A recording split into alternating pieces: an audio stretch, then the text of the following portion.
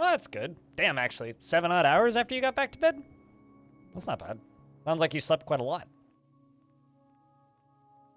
I certainly hope so, Diamond. I certainly hope so. Hey, Snail. All right, so, dwarves.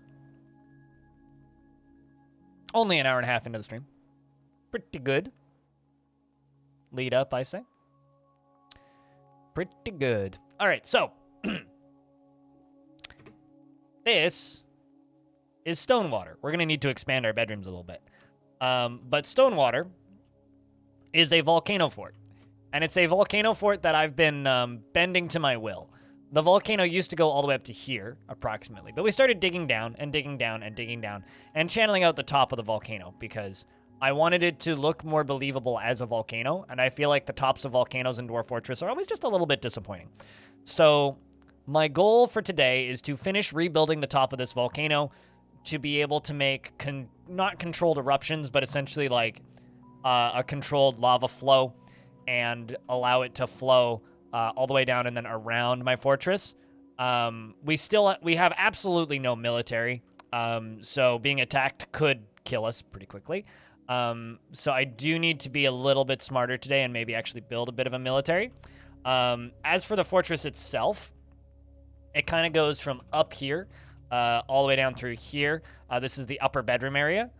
This is where my glass industry is over there in that weird circular building on the right. We've got our main kind of storage and crafting area and then some other stuff down the bottom. Down here is where we run to get sand for the glass. Then we have some fun stuff that I'm still working on. This is a prototyped obsidian printer, which I'm still working on perfecting the design for. There's our power water flow down there. Up there in the top left is our elephant enclosure, and right beneath it is the lower elephant enclosure, and then there's the lower elephant enclosure once we get them down there. As for the fort, then it just kind of goes down to the first cabin layer, and that's pretty much it. Dwarves that are alive in the fortress, if you hear your name being called and you would like me to check in on your dwarf, give me a shout, and if you don't have one and you would like one, let me know. The dwarves that are currently named in the fortress are Tygo, Acre, Rory, Nortram, Diamond, Onyx,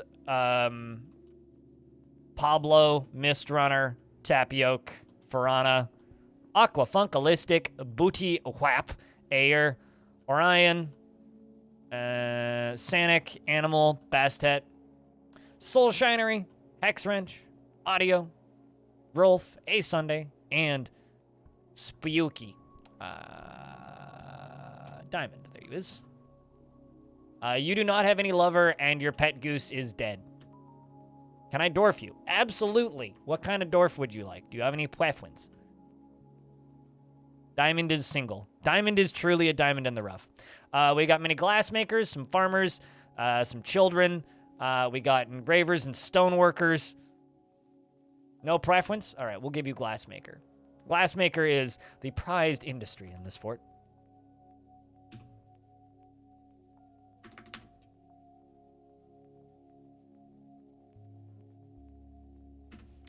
So my petty feels satisfied after teaching engraving and feels satisfied after teaching masonry. I actually don't... See, here's the thing, right? I don't really have grumpy dwarves because I'm pretty good at keeping them happy. Nagotol is your deity, which is a deity of the realm of Savants, takes the form of a male dwarf and is associated with death. Not a very popular god, I will say. You are 67 years old, born on the 18th of Malachite in the year 181. She is short and broad and morbidly obese. Her hair is straight and her long hair is neatly combed. She has a round chin and her somewhat tall ears are extremely narrow. Her head is tall and her eyebrows are somewhat high. Her hair is pale chestnut and her skin is brown and her eyes are gold. She personally has a deep respect for animals, plants, and the natural world, and sees life as unfair and doesn't mind it that way. Values hard work and doesn't think one way or another about leisure time. Dreams of raising a family and has a strong need to pay back any favor done for her. She can be very single-minded and isn't particularly ambitious. She is assertive and she tends to avoid crowds. She has a tendency to consider ideas and abstractions of her practical applications, and she is a friendly individual and she tends to trust others. She tries to do things correctly each time and doesn't seek out excitement. And she often feels lustful, and she does not easily hate or develop negative feelings. She finds obligations confining, though she is conflicted by this for more than one reason, and she likes to take it easy. She often feels envious of others, and she generally finds herself quite hopeful about the future. And she needs alcohol to get through the working day and does not mind being outdoors, at least for a time. There we go. So yeah, I don't have any upset dwarves, really, that I could give you. So, something also, we have a capital M right here. This is a Minotaur. This is a Minotaur who broke into my fortress and clotheslined a couple dwarves, who's going to be sacrificed to the volcano sooner rather than later. What's up, Bielski? But we're going to continue working on the tops of this.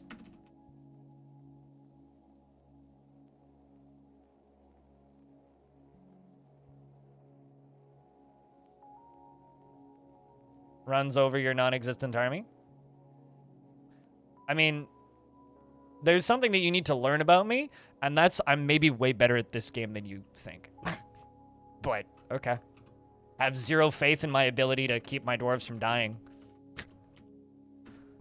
I mean, I do have a a completely impenetrable defense already. It's just a matter of waiting them out.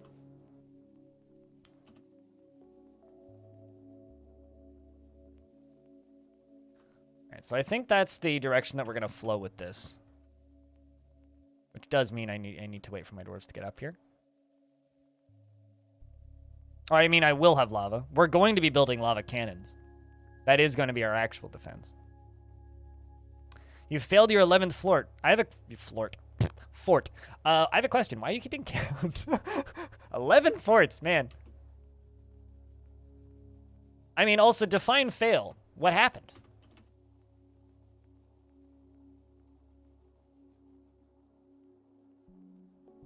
Weakness food? No, food not weakness. Set one dwarf to gather plants, hit D and then hit P, and then press enter on the ground and then select a bunch of plants and boom, you have a bajillions foodses.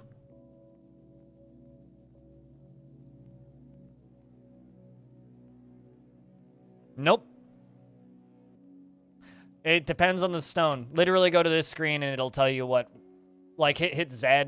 Go to stone, and then it'll tell you which ones are magma safe, and then hit tab to get the rest of them.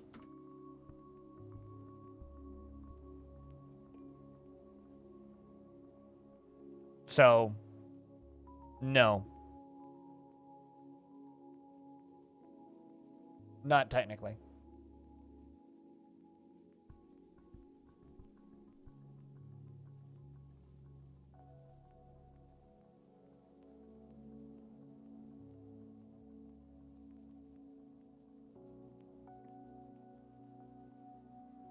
You're certainly not magma safe. I don't know. Have you tried?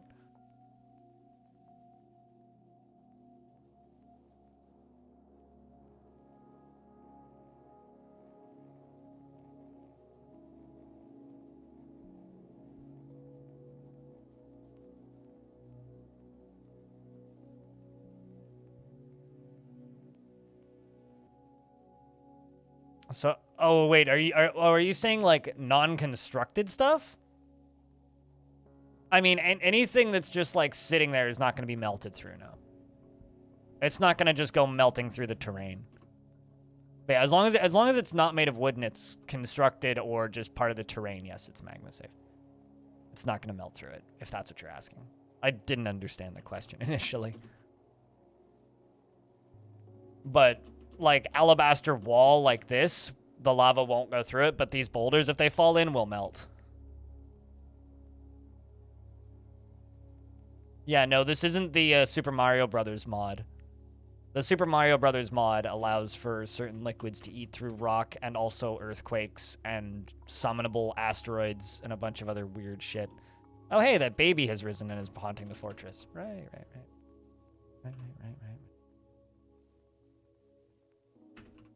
As much as I would love to make just like a comedically haunted fortress, I don't think that's really a viable option. That's why that's not working, is because they're all in here. That turkey needs to get chucked out.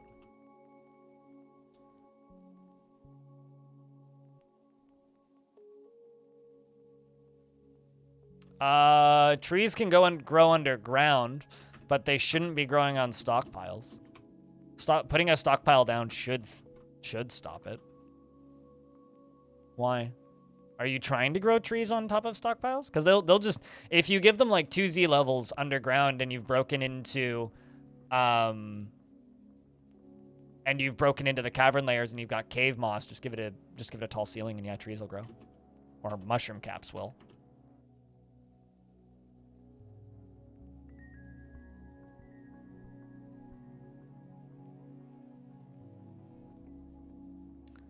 You want to just smooth the floor or put down flooring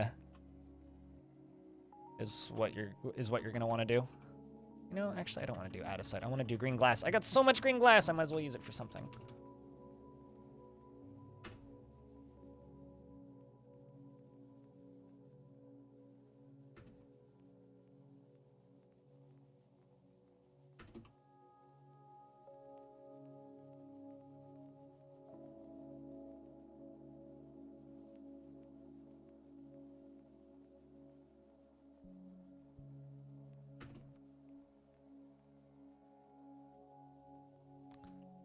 Let's do that.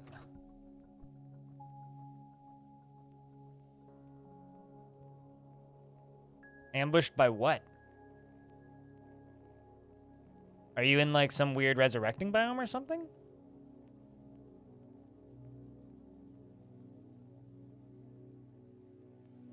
But like, just chop them down when they grow. You're near a necro tower? I mean, you'll know when there's zombies on your map, and you'll know where they are. And especially if you're growing them, like, why would there be random zombies indoors? I feel like if there's random zombies indoors and you're worried about getting ambushed while working on roads, you've got bigger problems than trees growing.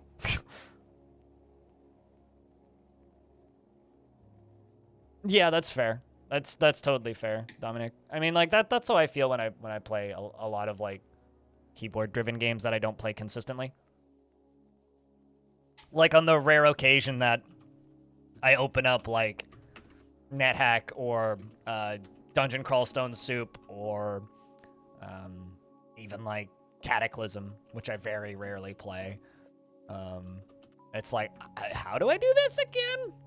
But, yeah, there's a lot of people that are very, very excited, and I do hope that it's as good as it potentially could be. You fucking love DCSS. I kind of hate DCSS, but I respect DCSS.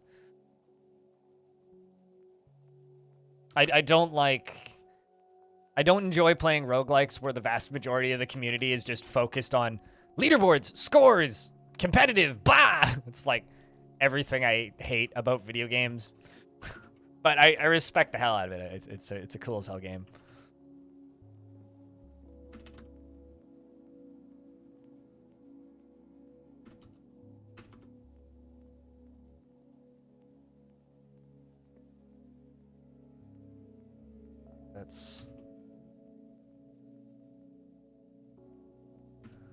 Do I need to fill this in with glass? No. Will I fill this in with glass? Yes. Why? Because it looks cool.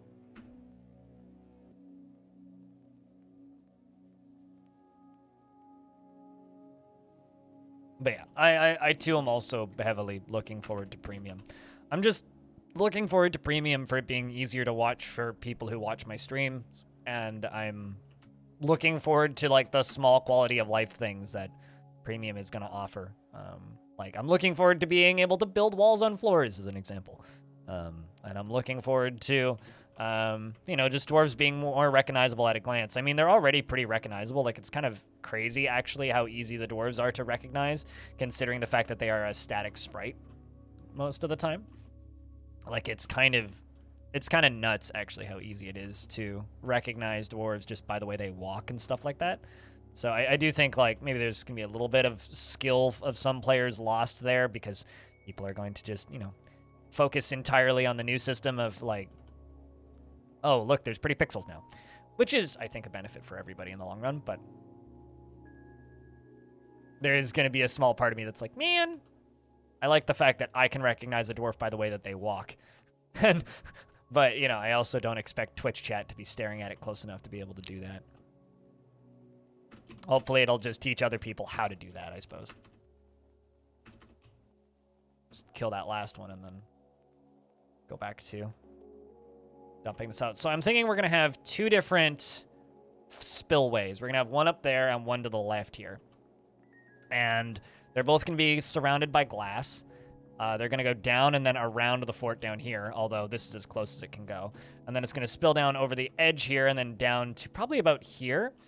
And then down here, we're going to have a large basin, which I'm going to need to clear and make space for. This basin is going to be filled with lava and have some sort of tower in the middle. So today is going to be a lot of construction projects, is all I'm trying to say. Today is going to be a lot of construction projects. Also, in regards to my fort, like, getting demolished by an army, Dominic, I'm not worried about armies, because armies I've got a lot of warning. But one thing that I am kind of worried about is, like, the off chance that a were creature manages to get into the fort.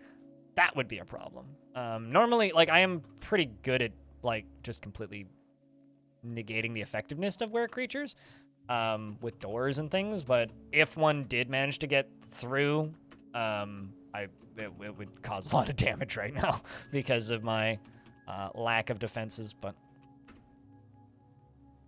we'll see. I'm sure it'll be fine. Not too worried.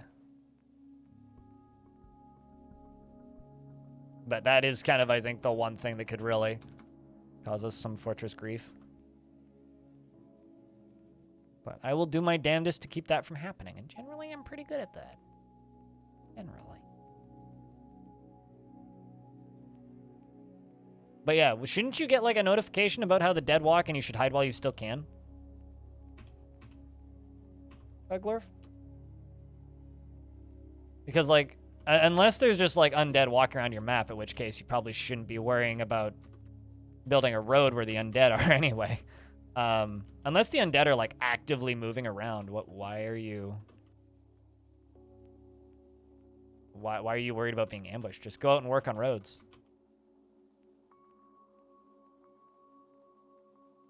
No, good for you. Zombie armies are terrifying. Killed those in Call of Duty when I was a child.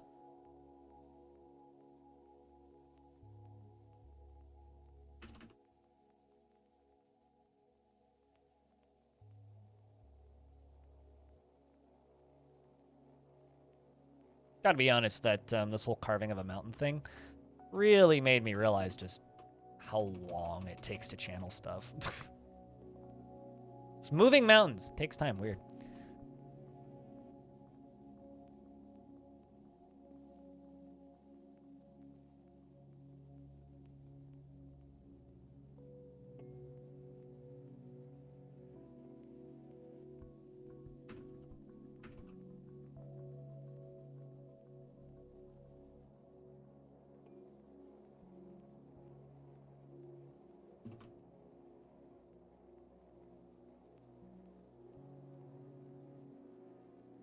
You avoid cheesing with bridges? So drop them in lava. Easy peasy. But yeah, no, I don't like using bridges as a defense. I like using bridges as part of a defense to trap things in places, but using bridges as a defense, they're like an addition to a defense, not the entirety of your defense.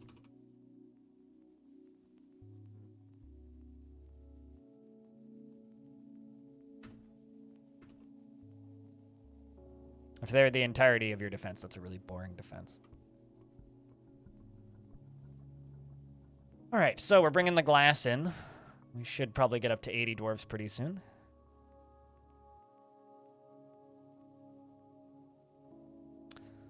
I mean, I don't know how frequently you're getting sieges, but I wouldn't be too worried about that. I wouldn't be too worried. The dwarf dies. Well, the dwarf dies.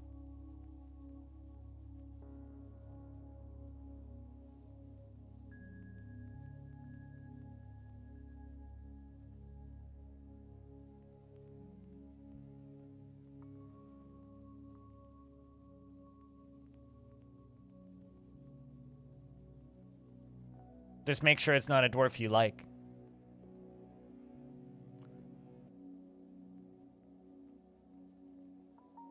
I do think that losing dwarves is kind of part of the fun, though. It's part of the video game. I just realized I'm not cutting all the way to the edge of this, which I probably should be doing.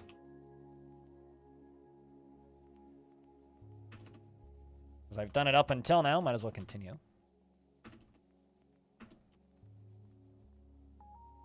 It's funny how I always start off with like these modest ideas for fortresses, and then very quickly I'm just like, well, what are you doing? Oh, I'm leveling a volcano.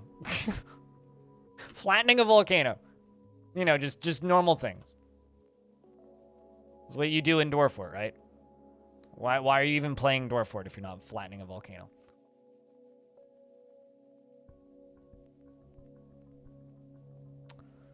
Meanwhile, dwarves are bringing blocks up here. I think that making this, like, surrounded with glass is going to make it look cooler.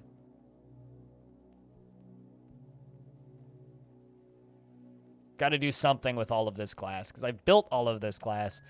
Got to do something with it. I'm thinking we also build up and around the volcano spout. Because we're going to also have to build, like, a place to drop our enemies in. Captured enemies, of course.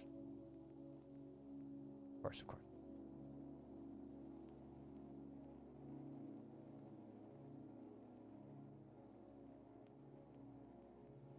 But yeah, I you know, something that Tanya Short was tweeting, captain of Kit Fox Games, publisher of Dwarf Fortress.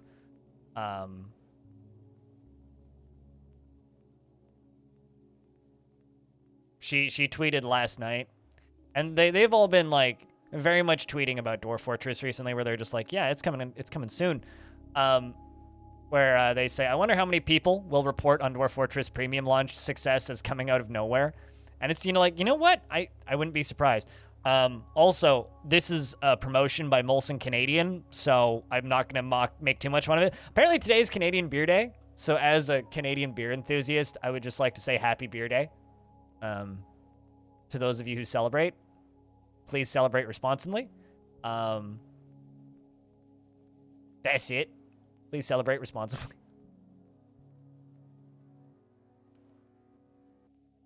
I saw that last night, and I was like, why was I not informed of this? How did I not know that it was Canadian Beer Day? Obviously, it's a promotional bullshit day that doesn't actually matter, but that's okay. You don't need to drink beer. Just wish people a happy beer day.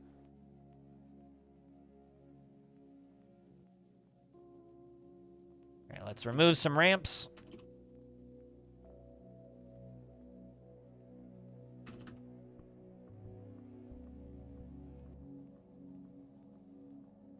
Once all those ramps are removed, we can start crunching this area in. Removing the places to stand. Looks like most of this stuff is done. Guess I can just cancel these and get this stuff unsuspended. They suspended it again. You little shits. I'll let them finish the thing that they were working on. Yeah, no, I want those dwarves out of there before I let the lava in.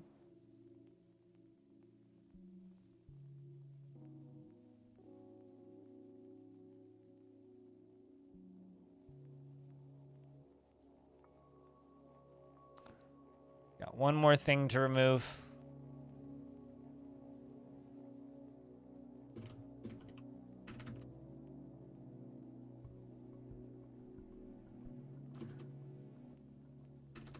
Pretty soon here, I'm going to need to check in on the obsidian printer.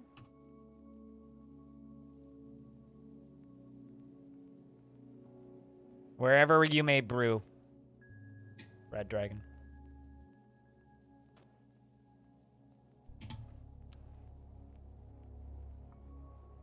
Of course, you know, it's just bullshit marketing from Molson Canadian, which isn't even good beer, but it's still fun to say.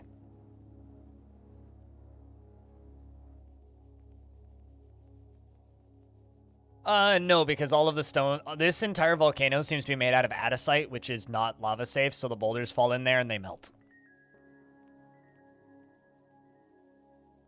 Like, immediately. Mapeti, the glassmaker, has been taken by a Fey mood. Would you look at that? Mapeti the glassmaker. Taken by a Fey mood. Probably gonna go make glass, if I had to guess.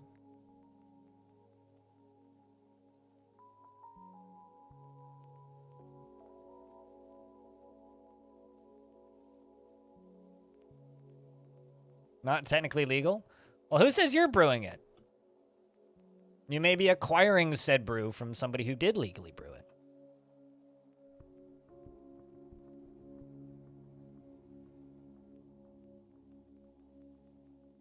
Or illegally brew. Also, that seems draconian and backwards to me, but...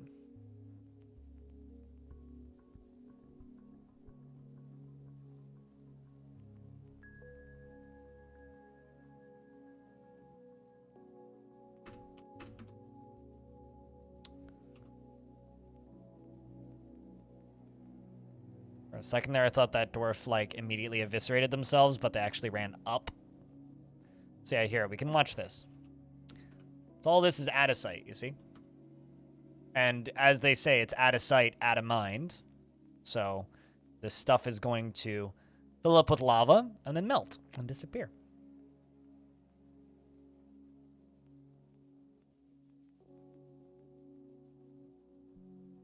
Once it starts filling a little quicker, it'll happen a little faster. I think a few of them just disappeared. Yeah, some of them are disappearing. Hey, there they go. First few are starting to melt. They go brown, and then they melt. They disappear. So, no, there won't be boulders in that lava for eternity.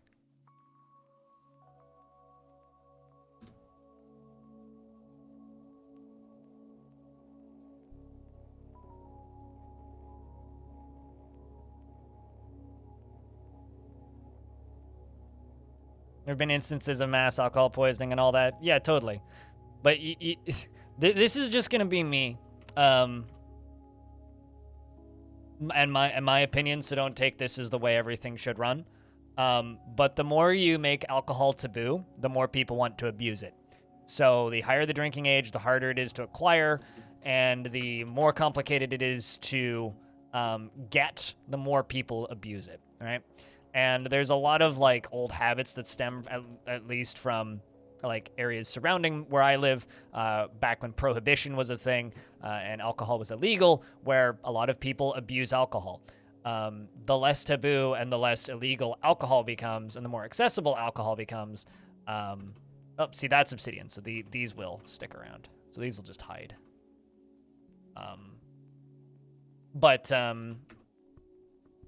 The more accessible and the less taboo it is, the less issues you'll have with it, because people won't use it as a format of breaking the law. They'll simply use it as it should be, as a treat. So, you know, it's exactly the same as the legalize all drugs argument of just like, well, the only way to like fix drug addicts is allow them to afford to be drug addicts and then be able to seek help. So that they can function in society. But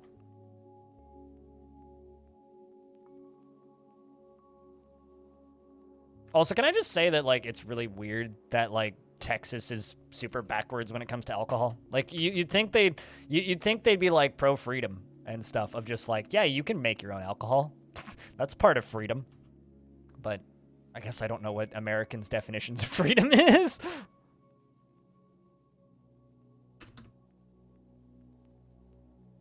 Anyway, whatever.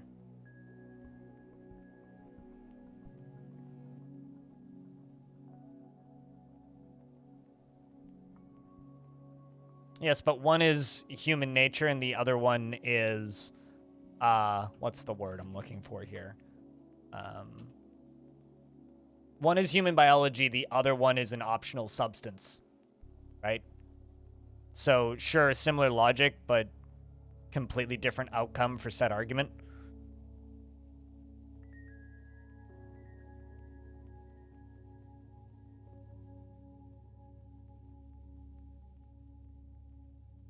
And the works underground. Yeah, and then the second something is underground, it's illegal, and then you have and then you're just fostering a criminal, you know, society essentially. You're allowing something to be criminal that should just be a hobby.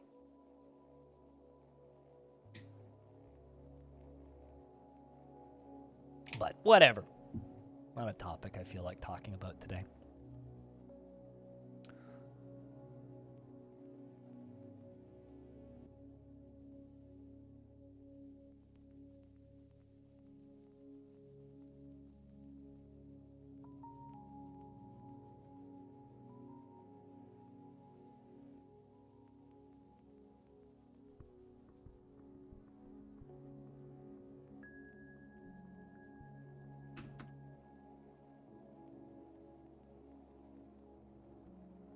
The one part about this system that really bothers me, of like digging out a large chunk and then one pot tile at a time removing the walkway, is like it takes a bajillion years, but it's the only way that I've figured out how to do this that ends with no casualties. Any other way that I do this just ends with like massive casualties. Just have to be so careful, just like skimming around the edge.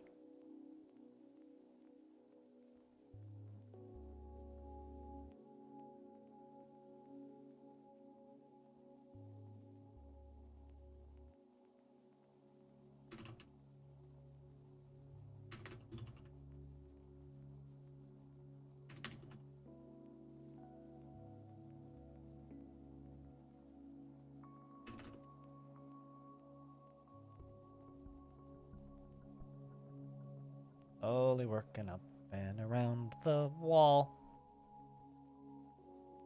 You know, this construction job is the first time in a while playing Dwarf Fortress where I've just felt like singing. I've been working on the railroad all the livelong day. Really? Mist Runner threw a tantrum. I wonder what for. Oh, I see why. You're not even depressed. You just got possessed. You're not even depressed. You're just possessed. Well, now you're depressed because you got possessed, but that's fun.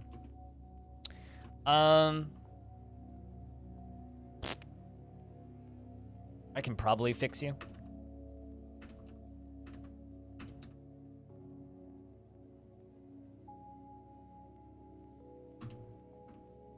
I literally built you a slab.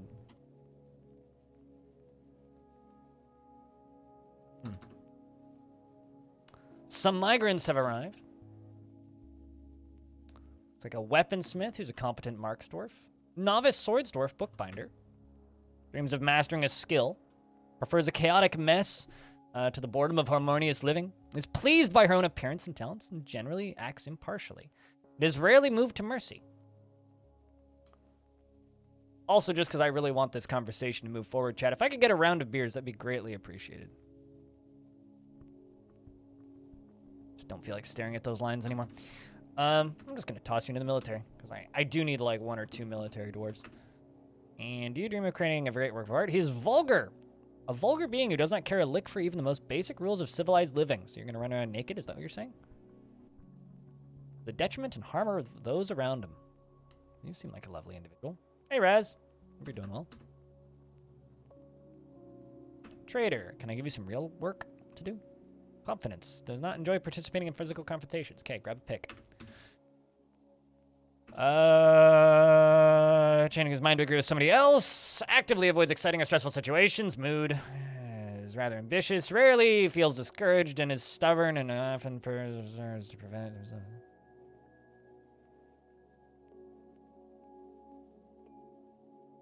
What that said?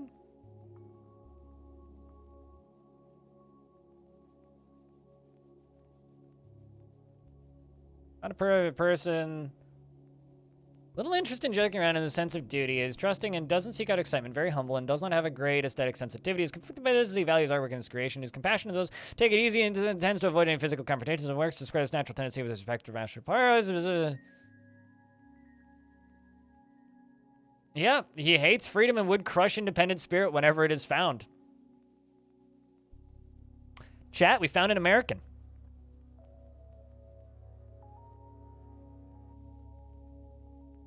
Or rather, like, the large portion of the world's inaccurate opinion and, like,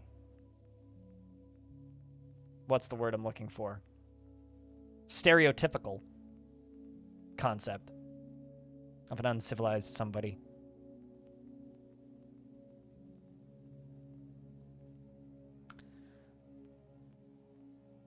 Maybe we found a Republican Party member is actually what I should say. But anyway, Jesus, that is a mean dwarf.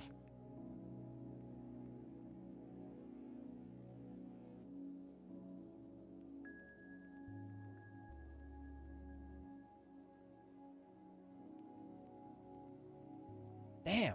I don't think I've ever seen a dwarf who hates freedom and would crush the independent spirit whenever it is found.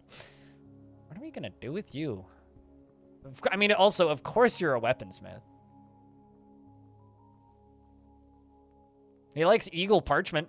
Greats and Cows for their haunting moos, and Plump Helmet Men for their similarity with... Hold on a second. Likes Plump Helmet Men for their similarity with food? I've also never seen that. I'm sure that, I guess that's a thing, but... Prefers to consume a giant eagle. Chat, we've actually found, like, an idiotic stereotypical American. Prefers to consume giant eagle. The most American.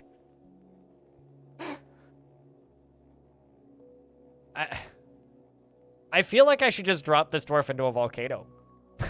And I never feel that. Like, Christ. Like, this dwarf seems like a threat to normal society. Probably definitely shouldn't speak with any plump. We do not want to let this dwarf anywhere near Plump Helmet Men. You are a... Also, by the way, is married, so good for him. But worships the spider deity of hunting, fishing, fish, rivers, and lakes and oceans. Physical labor incentive? I mean, I think we should just, like, give him a pick and tell him to go mine, but... Jeez, man. It's just the combination of eats giant eagles, okay, likes eagle parchment, wants to eat plump helmet people, and personally hates freedom and would crush the independent spirit whenever it is found and sees life as unfair and doesn't mind it that way, and is a vulgar being who does not care a lick for even the most basic rules of civilized living and never acts without prolonged deliberation, even to the detriment and harm of those around him. Like, I can't. I can't, like, yeah, literally these jokes. Actually, yeah, we should just make him into a hunter dwarf. That is the most grumpy dwarf. This dwarf is going to be very grumpy. All stereotypical think of mushroom people. Also, I'm sorry to my American audience. It's just, it's too easy here. This is just too easy. You know what? Actually, yeah, I'm just gonna give this dwarf full-time hunting. Go like shoot some elephants or something.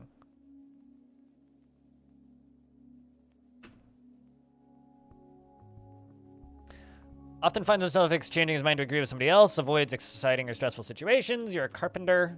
I think I'm just going to give you mining because that's actually what I need. In terms of crafting and masterwork someday. Strong cravings or urges.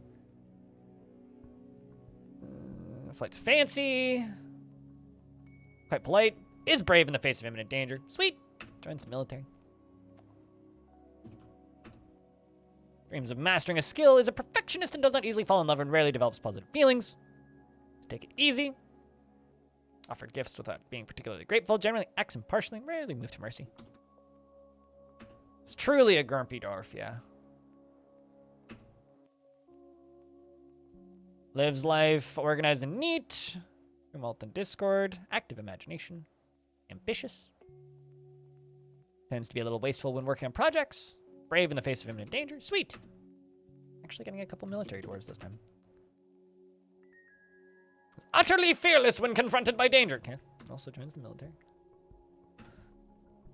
Masterwork. Give you glass making.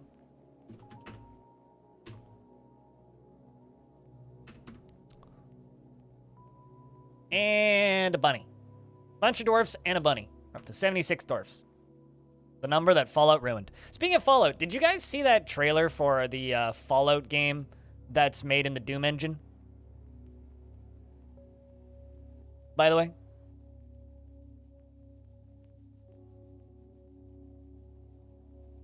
I mean, like, look at this.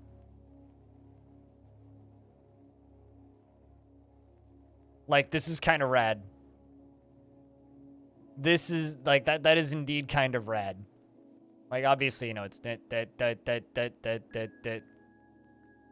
zoom.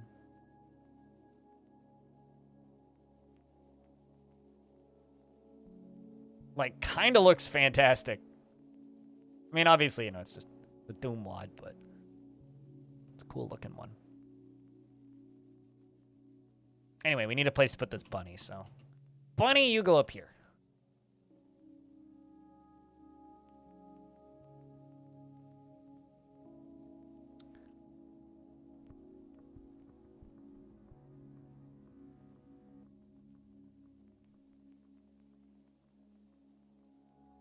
Oh, that's fine. They can cry.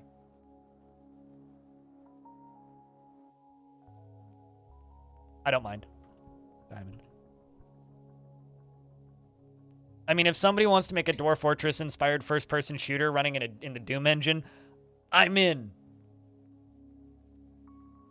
That's all I have to say. I want to be Eurist with a, I don't know, a something. Big weapon and stab thing in head. Fallout 1 aesthetics. Fallout 1 aesthetics are very, very unique. Which is like the only thing. Yes, except Deep Rock Galactic makes me want to vomit because of how poorly made its first-person shooter mechanics are. Like, that game is a motion sickness trip to hell, and it's not fun. So, I would not say that Deep Rock Galactic is a Dwarf Fortress fan game. It's a game that happens to have dwarves, which is not the key ingredient to being a Dwarf Fortress fan game.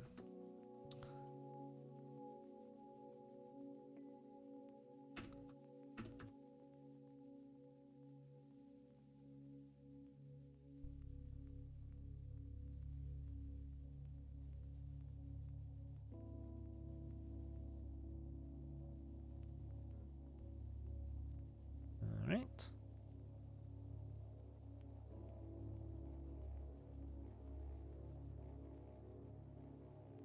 Also, investments are open, so you can invest more tickets, Diamond.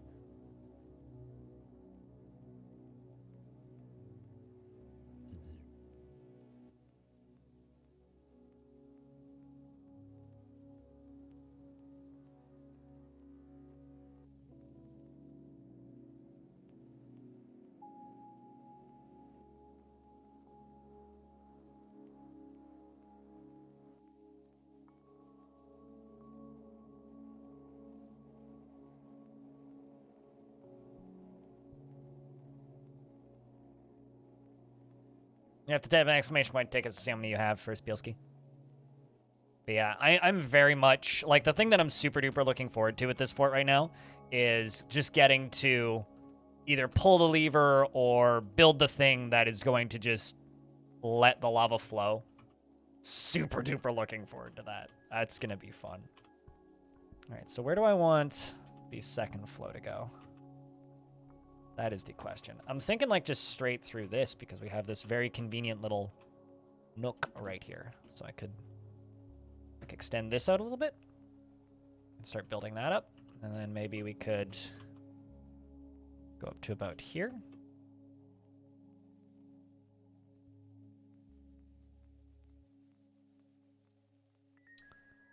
That could do it.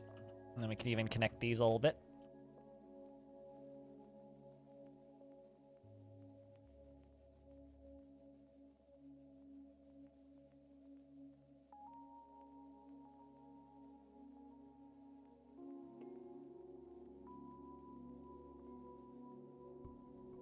I thought that turbines are like makeable by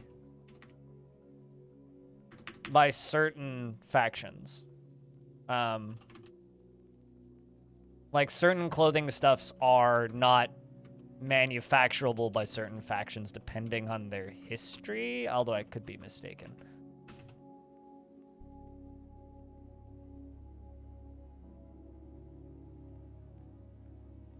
They're human? I thought that some dwarves could make them. I swear that I've made turbans for dwarves. But yeah, the reason loincloths are an issue is because dwarves aren't supposed to wear underwear. Like, it's an extra piece of clothing that they're not supposed to have access to. Okay, so all you've grabbed is green glass. What? Rough gems, okay. Blocks, okay. Rough gems, okay. Blocks, okay. Cut gems, okay. That's new. Logs, okay. Raw green glass, okay. Rough gems. Rock block. Do I need to... I swear that I've cut gems. I mean... Well, maybe I don't, actually.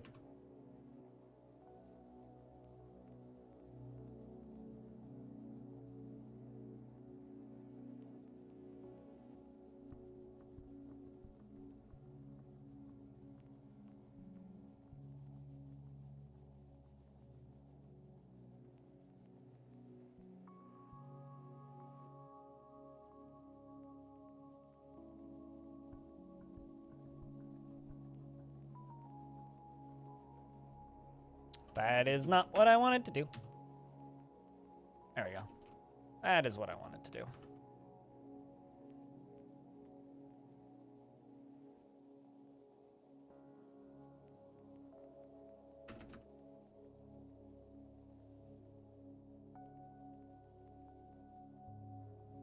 Also, these.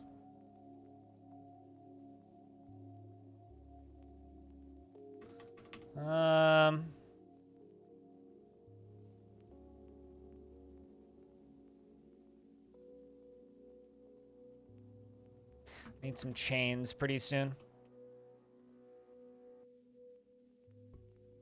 Also, I need to not do this because I need to finish building this wall first.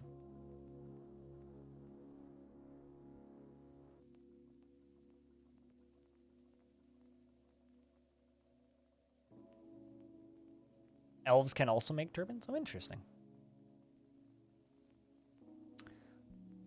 I really should set up an emergency lever. Actually, hold on a second. Huh. I should really just build a stairway up to here. You know what? Let's actually just build this. Looking at this little peak here, this would be a good spot for us to make a, like, tower thing. So I think we're going to start constructing this into a thingy. Let's build a thingy, chat. Who doesn't love a good thingy? I love a good thingy, so we're going to make a good thingy.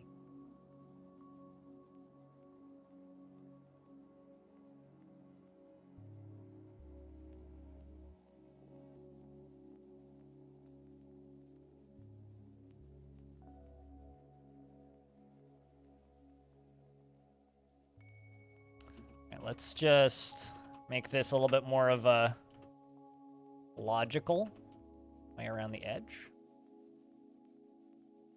And like shave off the extra bits that we don't need. I'll start building a little tower. Who doesn't love a little tower? I love little towers, so we're gonna make a little tower.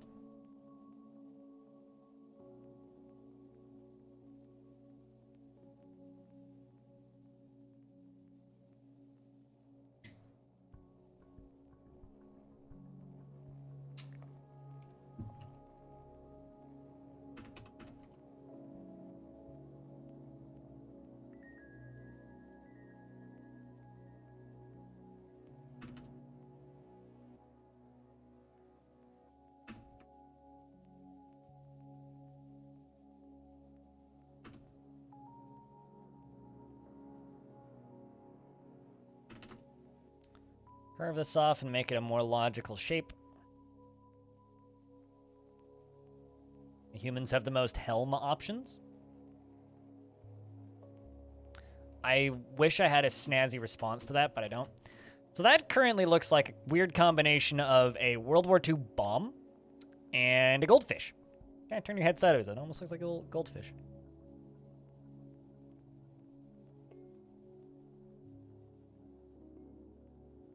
All right, let's build this up. This.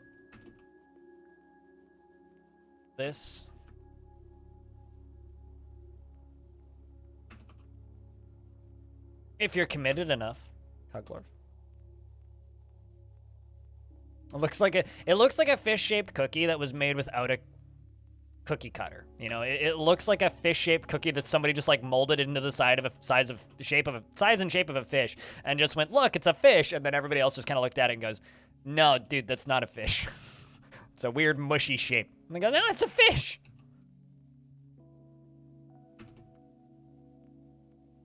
How you doing, Tygo? How's things?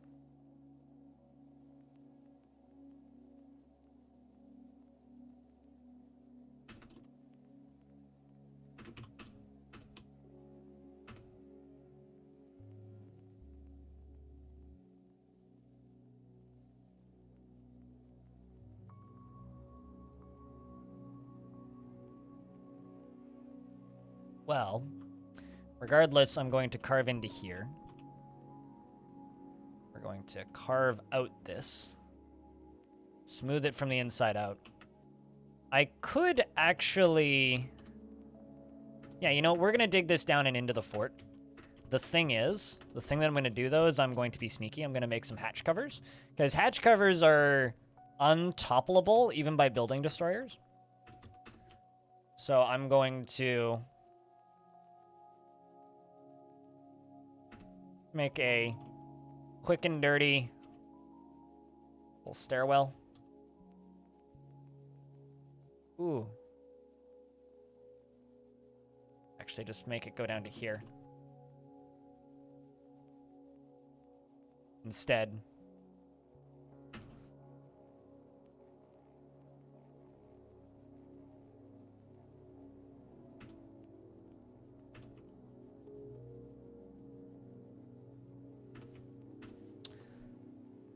We go and do that. It's gonna be nice, actually.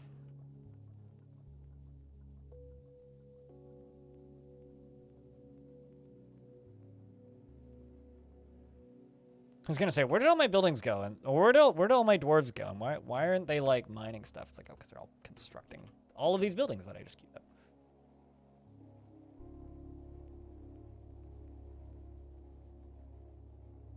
From the Depths?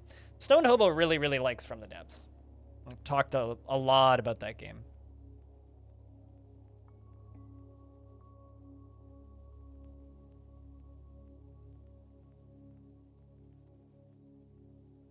But all the stuff I've seen of that game is just it running terribly. But, you know, I think that's also, like, par for the course for, like, weird sandboxy early access games like that. All right. Glass, hatch, cover. Let's just make 8. I like to make them in sets of 4, just in case I need some extras.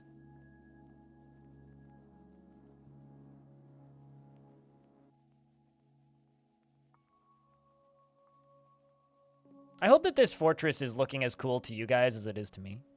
No. Military? What military? I have 1 swords dwarf, allegedly a wrestler, and 3 recruits. I don't have a military. Currently, the military plan is if a siege shows up, lock the door. That's the current plan.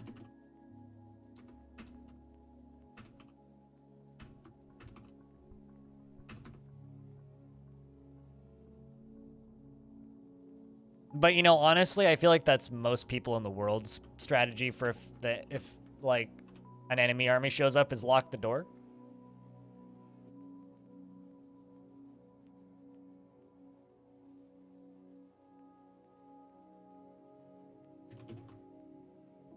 Like, I don't know what Canada would do if somebody invaded us.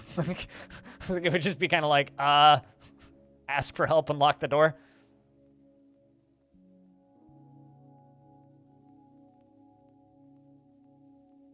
You adore designing the guns and engines, but not the hulls, though. They look like...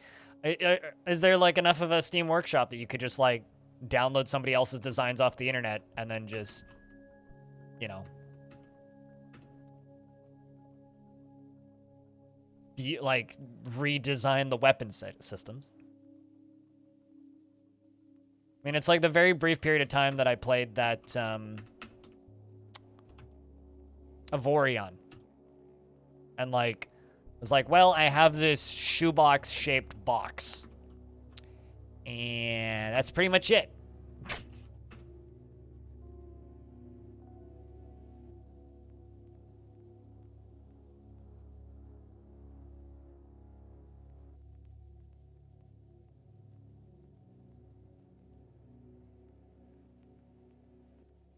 It was literally just like this weird shoebox that had cannons on the front of it. It was pretty efficient, though. Ugly as hell. It's ugly, but it's mine. It's ugly, but it's mine, and I named it Bessie. We're best friends. Don't you say nothing mean about Bessie, or we will blow your face off with these giant cannons. Because this is a video game. And that's what you do in video games. You settle arguments by blowing the other guy up. Nothing to do with real life.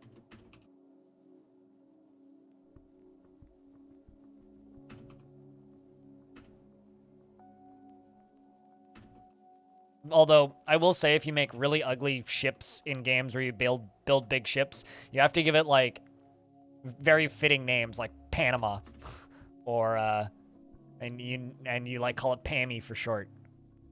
You know, or like what's this? Oh, this is my new battleship, head of my fleet. And what'd you name it? Karen.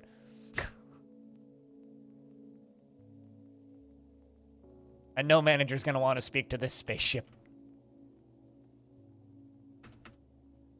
Entire map explodes. It's like, why'd you name your spaceship? Waluigi. Oh, is that why it's purple? Yes.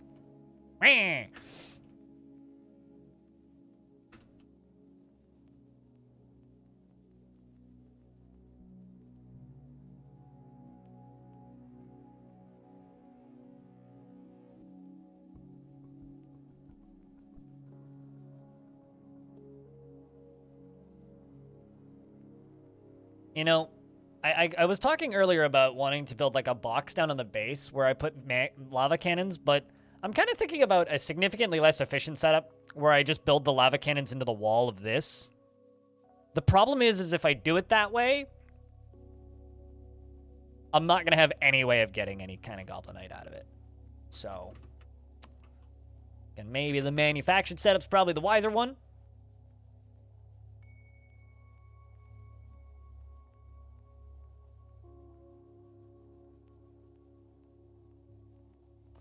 This has sped up construction of this upper layer, of these upper layers significantly.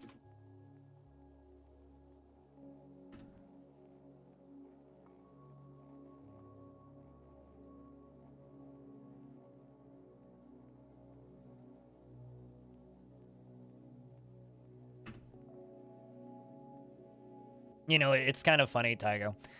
You talk about being on the it's ugly but it's mine kind of aesthetic. It's like, that's how I feel about all of my forts in Dwarf Fort. It's just for some reason, people who watch my forts in Dwarf Fort think that they're really pretty looking. It's like, I'm sitting here going like, man, this fort's ugly. And you guys are like, it looks amazing. It's like, what? Where'd you get that from? At least you think so. Oh, I believe it. Yeah, absolutely. I mean, people on the internet are always way more creative than you will ever be, right?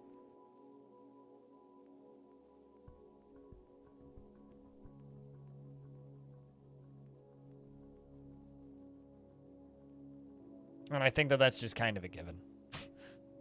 But that's just because the best of the best of the best of the best of the best rise to the top. Which is why, like, RTS games stopped being as popular, because everybody realized collectively that everybody was better at RTS games than you. I loved RTS games until I was on the internet enough to learn that I was terrible at RTS games.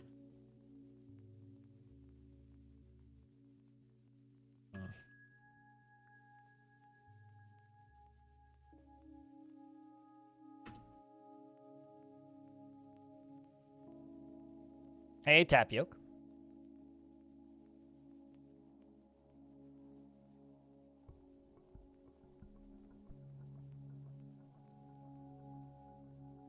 By the way, you're blissful after sleeping in a great bedroom. Miss being a kid and enjoying button mashing in Tekken. And yeah, now like you realize no matter how much you enjoy button mashing, you're a terrible, terrible Tekken player. I feel similarly. Godin has banned the export of quivers. Well, that's fine. Okay, well, what do you need, my petty? You know what, let's just make more raw green glass. And...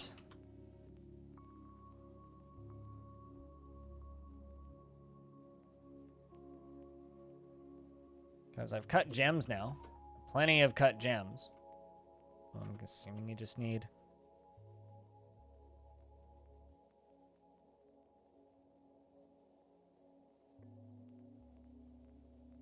My forts seem interesting to you? Well, that's good. Good. The meta of the game is flying a murder box with rockets, of course, but you're not a meta player by any means. You play all RPG games, even like RSC. Just yeah, I know, totally. RP is more fun than actually playing. Or than playing the meta in almost every game. I mean, I still sometimes play Age of Empires with a friend of mine with house rules. We usually play it in the winter, though. Not so much in the, like, this time of year. Hey, Tolis. Nothing.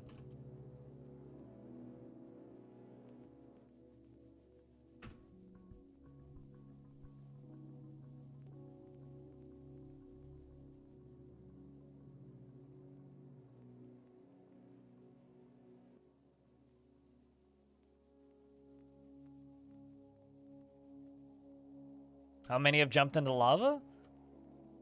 No one's jumped into the lava. One dwarf fell into the lava, but that doesn't count as jumping into the lava.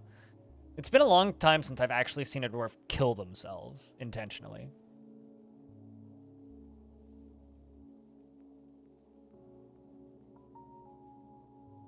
The best Go player quit because an AI beat him. Huh. Mepeti went berserk. I have no idea what Mepeti even wanted. So apologies for your dwarf, Mepeti, but it's dead. And I think somebody just got thrown into the lava. A Sunday just got thrown into the lava. So Mepeti went berserk and threw my religious leader into the lava. You're about to ask what happened? I have no idea what you needed because I have literally dozens of every material that you were asking for. So you probably wanted some specific material that I didn't have access to. So does that answer your question? 1. How many?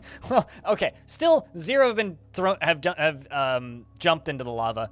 1 did just get thrown into the lava, though. So about that,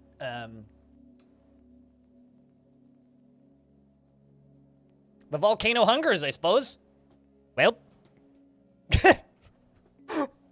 I was like about to check in on that dwarf again. I was like, hey, did you ever get what you need? Nope, clearly not. What's up, face or face? Dwarf face. So this is where we all collectively laugh at the fact that dwarf got mad and threw a priest into the lava.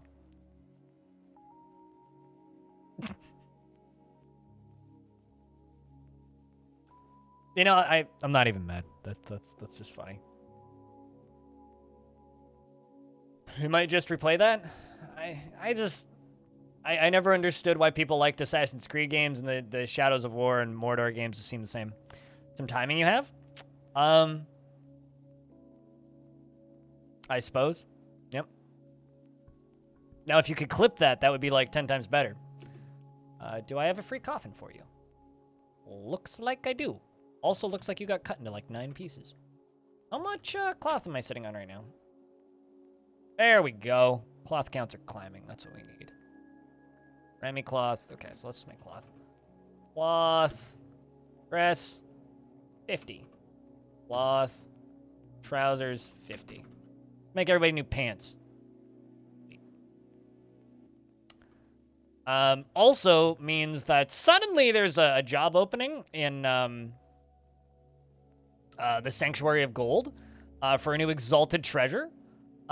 So I think it's time to promote audio to the Exalted Treasure. And Tygo, by the way, you are now the Holy Pearl of the Fellowship of Jades. Of course, the Fellowship of Jades are the... Actually, I don't even know which religion they are because it's been a week. What do they worship again? Yes, the deity of wealth. So you are now a religious figure in Stonewater for the Fellowship of Jades. I just want to congratulate you on your recent job acquiring, and know that there isn't a raise, and stop asking about it. So.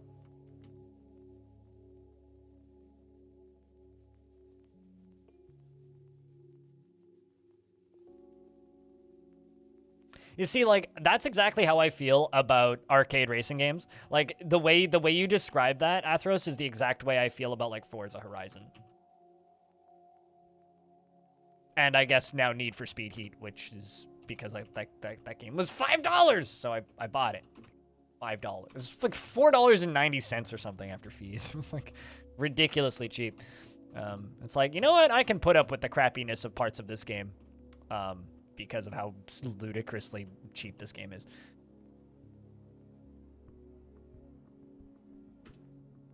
I'm going to cut all this out and put in glass flooring.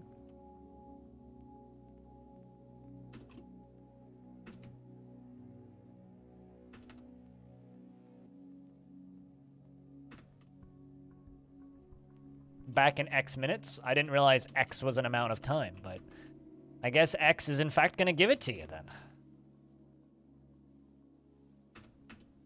Crappy wrapper, by the way. Terrible actor, too. Wrote 1 or 2 bangers, and that was about it.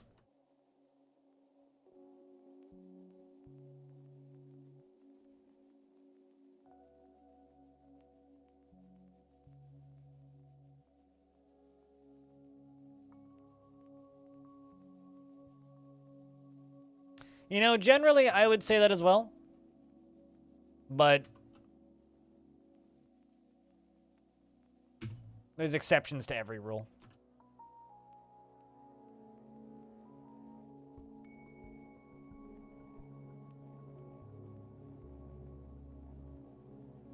I'm not buying anything else from him. So.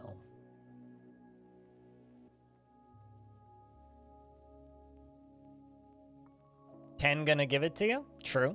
Yeah.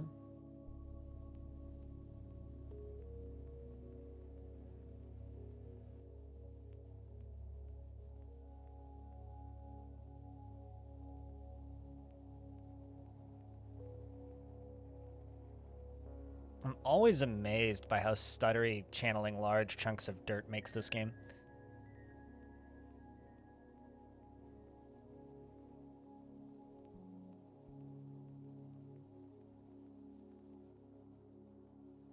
Yeah, Game Pass is a phenomenal thing. It really, really is. Like, it's one of those rare occurrences of, oh, this is actually, like, incredible value in this industry, which isn't something you see very often. Something that's actually just really, really, really good value for everybody involved.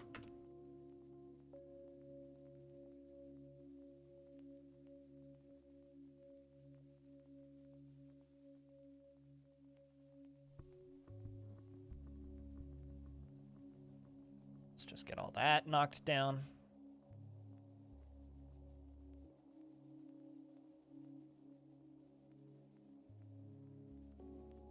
As I continue to get this stuff slowly removed.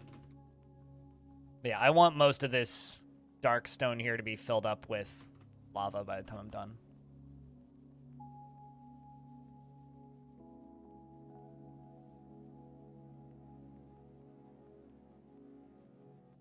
Oops. I accidentally ate a wall. Whoops. Time to replace that. It's fine. Oh, hey, they finally realized a Sunday's missing. Hey, guys, this priest that we threw into the lava. Anyways, F's was one of my starting 7, which kind of makes me feel bad, but also the way that dwarf went was just kind of funny. I would like to say that it was entirely Tolus's fault for jinxing it. Asking how many dwarves have fallen in the volcano or been thrown in the volcano. Ironically, still, no one has been thrown into the volcano.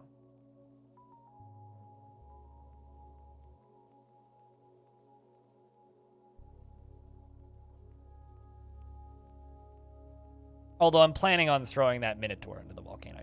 I need the preparations to be ready. So he's going to live in a cage for several years.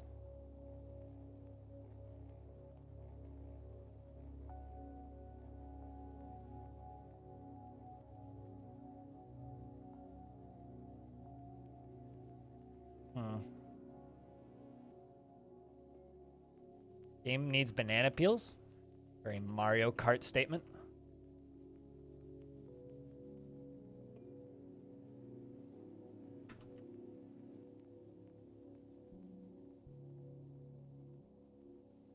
Or are you saying to, like, accidentally make somebody slip and fall into a...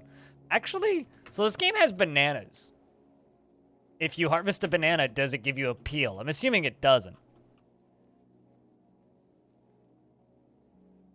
Yeah, dwarves fall enough without an added slipping material, exactly.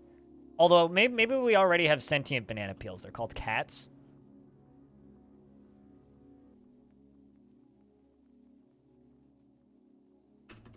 Or just like dwarven pus. I've seen dwarves slip on pus. That's a sentence I never want to say out loud again, but... I wonder how easy it would be to have Twitch influence the events. Can I just ask you guys politely? Stop saying that out loud, because then some idiot might actually make it, and it would do the exact same thing to me that RimWorld Twitch integration did to me. Make me hate the game significantly. Please don't ruin Dwarf Fortress for me, chat. Thanks. I really, really hope that doesn't happen. Like, I hate Twitch integration for games. Some people in Twitch chats like it, but as a person who creates content on the internet, I don't want to hate my audience. All that Twitch integration does is it makes me hate my audience. It makes me actively annoyed to play the game while you guys watch it. So if that's what you want, and I know for a fact I'm not alone on that opinion. That's actually a relatively common opinion amongst streamers. We take part in Twitch integration because the audience likes it, not because we like it. And all it does is it encourages people to pop in and stream Dwarf Fortress for short periods of time and then vanish. It actively ruins games. So please stop wishing that into existence. And if it does come into existence, I will never touch it and will pretend it doesn't exist. Which will also alienate and annoy certain members of the Twitch audience that do like it. So there's literally no winning for me.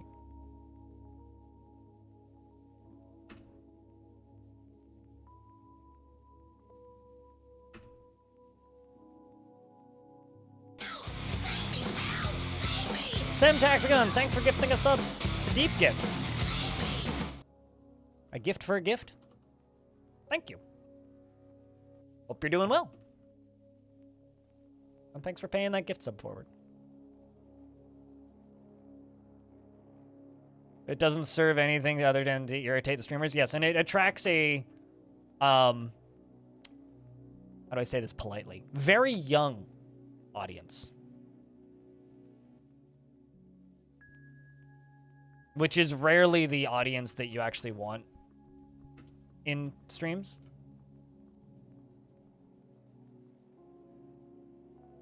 This was not the fastest way to do this, but...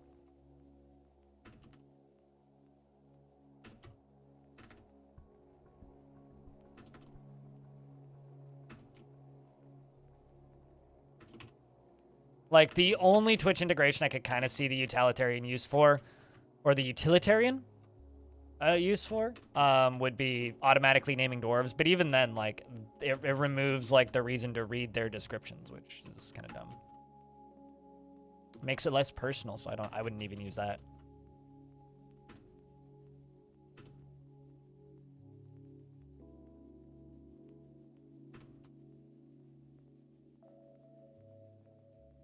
Trollish, yeah, actually that's a good word to use, is trollish. Human caravan has arrived. Sweet, we can trade with them.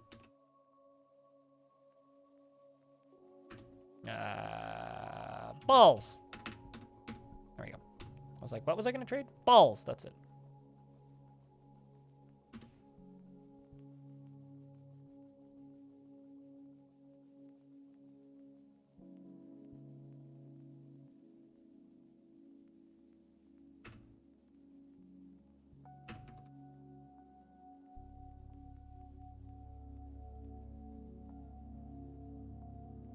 It's like rolling a one-sided die and trying not to roll a one. Pretty much, yeah.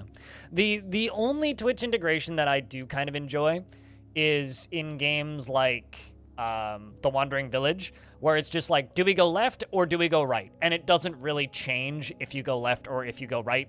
It's just the next event that happens is slightly different. Or games where I would ask for feedback anyway, where there's like active polling or something. Like, that's generally pretty okay, so I'm totally fine with taking part in that sort of Twitch integration, but the second it becomes, like, influencing the game, like sending in enemies or making the game hard, no, fuck no, absolutely not, I'm out. Definitely out. Like, you ruin the entire balance of the game. And usually most of what makes the game interesting.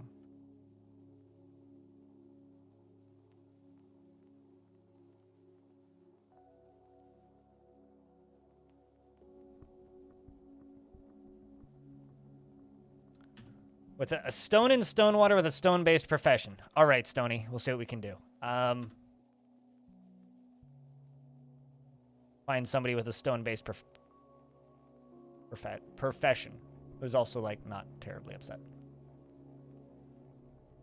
You would like to practice a craft. Are you okay if I also give you a glass-based profession, Stone? But,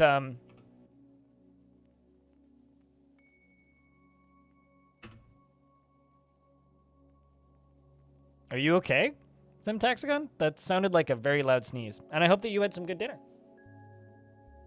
Oh, so you actually did sneeze. Oh god, hopefully it didn't land in your keyboard. I like how I read that, and I read it as a sneeze. All right, well, first, you have a husband, Stony. It's Tourist. You worship Alod. Well, this is a fitting god. You worship Alod, deity of the Rim of Savants, most often takes the form of a fire imp, and is associated with silence, volcanoes, fire, metal, and minerals. This is a cool, like, faction. We've got a spider god and a fire imp god. I hope it's not spooky. Give you a moment. You have all the time in the world. Please do not spill coffee into computer. I like this deity. This is a very fitty deity. Fitty deity? Fitting deity. You're 127 years old, born on the 14th of Moonstone in the year 121. You're corpulent. Her hair is clean shaven, and her gold eyes are slightly close set. Her raw umber skin is wrinkled, and her ears are free lobed. Her hair is gray with a touch of pale chestnut. She likes dolomite, black bronze, wood opal, oak wood, giant leopard leather, shields and quivers, and millstones and bracelets, and brown recluse spider-men for their venomous bites. And the words of the wild bulb, and the sound of the berries of drumming, and when possible, and the sight of the queen of dances, sorry. And when possible, prefers to consume giant anole, which is funny because anoles are tiny, strawberry wine, and she absolutely hates lizards. There's a lot of, like, unintentional callbacks to previous forts and other active forts in this dwarf's description. Personally values eloquence and is put off by family and thinks friendship is important. You know, you joked at the start of this faction that there will be butterfly gods and this pantheon is greater than that. You know, I think we need to build a big temple to this god of volcanoes at the top of the volcano stone. I think all of chat should by default agree with this. She is not bothered in the slightest by deviations from the norm or even extreme differences in lifestyle or appearance. She would never pass for a chance for a good fist fight and lives an orderly life, organized and neat. She has an overbearing personality and can be very single-minded. She strongly prefers discussion and ideas of the abstract concepts over handling specific practical issues. She can handle stress, and she does not easily hate or develop negative feelings. Rarely happy or enthusiastic, and is conflicted by this as she values parties and merrymaking as an abstract concept, and she is somewhat fearful in the face of imminent danger and tries to do things correctly each time. She doesn't seek out excitement, and she has an active imagination. She's not inherently proud of her talents and accomplishments, and she does not easily fall in love and rarely develops positive feelings. She could be considered rude, and she is curious and eager to learn, and she is not particularly interested in what others think of her, and she shakes her finger up and down when she's excited. Needs alcohol to get through the working day, and does not mind being outdoors at least for a time. Doesn't really care about anything anymore.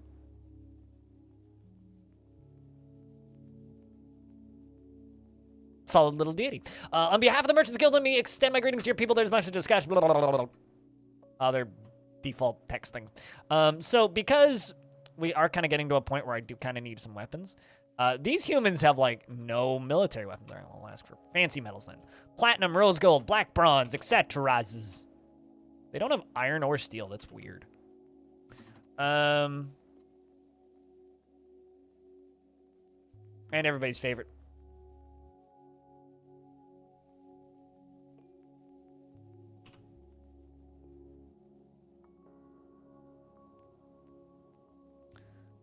Cleaned up. You likely have one of those smart runoff types keyboards. Oh, that's good. That makes water run through them. See, these are my two coffee holding devices that I use daily. This has a seal, and this has a seal. I do pour coffee, but I'm very careful while I do it. So it's like, I've knocked this over before. No issue. It's got a seal. On behalf of the Merchants Guild, let me bid farewell to you and your stout dwarves. Who you calling stout? Sticky? Long-necked, tall, skinny weirdos. Mistrunner is the only depressed dwarf in the fort, and that's due to being haunted by their own kid, although they've gone from purple depressed all the way back to barely depressed, so fingers crossed. They get to practice stuff that makes them happy, although you want to practice some martial art. Are you brave? Unbelievably stubborn! Okay.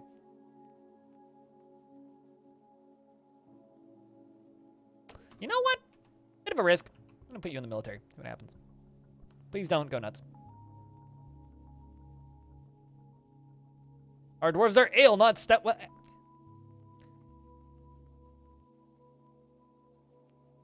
You know, honestly, when they call us stout, I always want to respond with, like, there's a difference between knocking over and sneezing into. I don't know if I sneezed into this, I don't know if it would, like, actually blow coffee anywhere. But anyway, yeah, we do get the gist. Anyway, when people say that the dwarves are stout, it's like, well, our drinks are stout. We're not stout. You know, like that's the difference there. Our drinks are stout. We are not stout.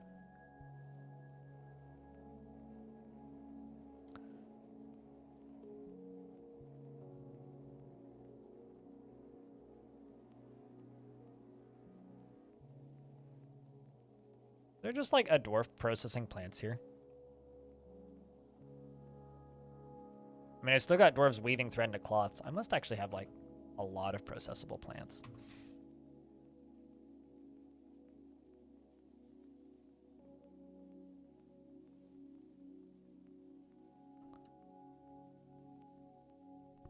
Yeah, I mean, you've got plant processing, and you're just asleep in the stockpile. Actually, speaking of asleep in the stockpile, how many more bedrooms do I need? 1, 2, 3, 4, 5. Okay.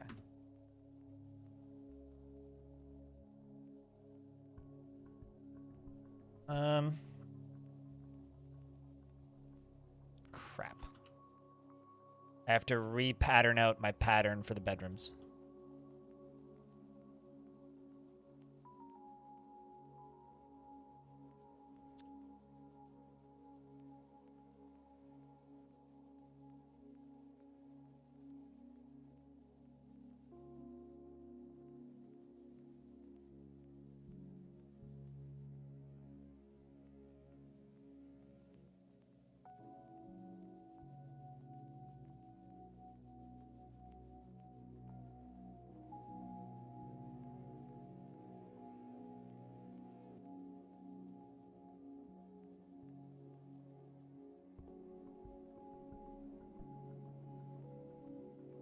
Should be good enough, so...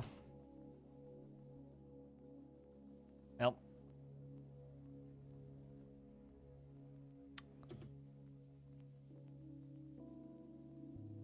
It's fine. I'll fix this later.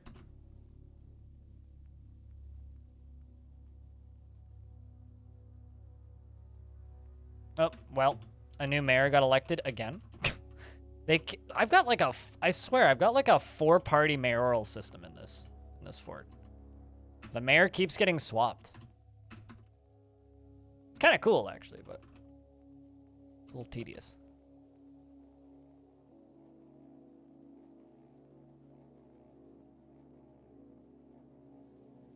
Well, like, stout is basically just like a shorter, stocky, strong person, but often used as a way of calling somebody fat. So...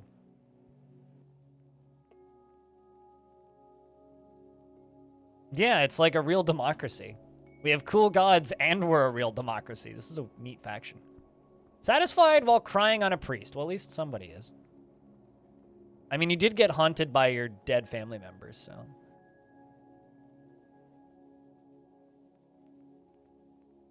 gotta keep an eye on your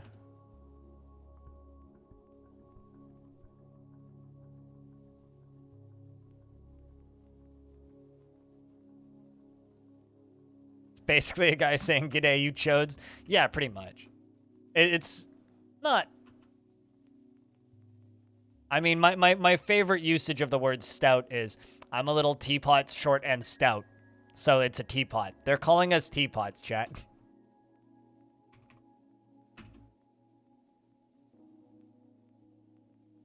Well, I'll buy the rose gold, electrum, brass, silver, electrum. They're calling us teapots. Yes.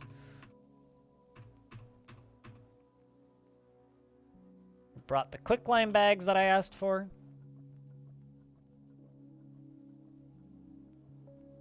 Quicklime.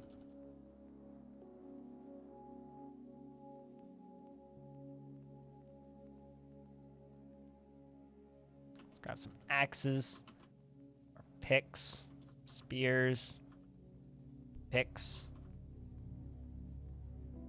Things I can actually use from these guys. Training spears or mauls. Let's buy more picks.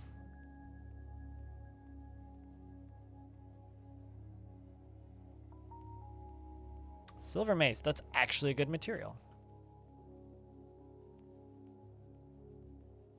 Concept of a copper bow confuses me.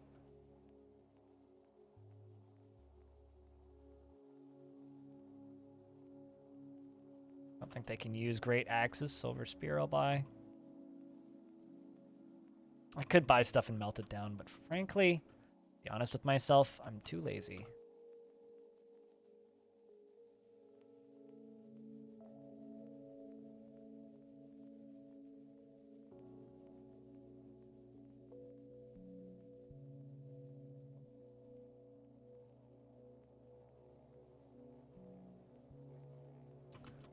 Buy the books.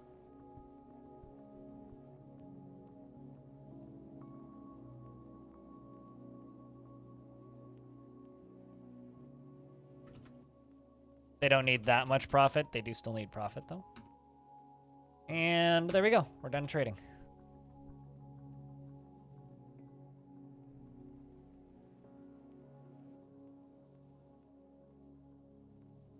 All right, so let's try this again. Try building the shape of this again.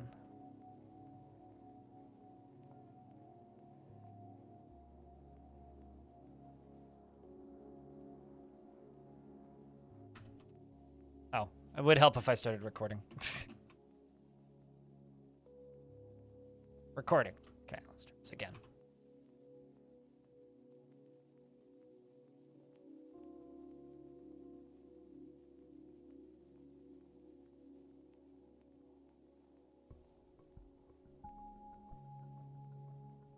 Of course, like, I will be going through and customizing all of it, but because, you know, I don't save design layouts. That would be silly. I don't know why you would suggest such a silly thing. Okay, let's stop recording.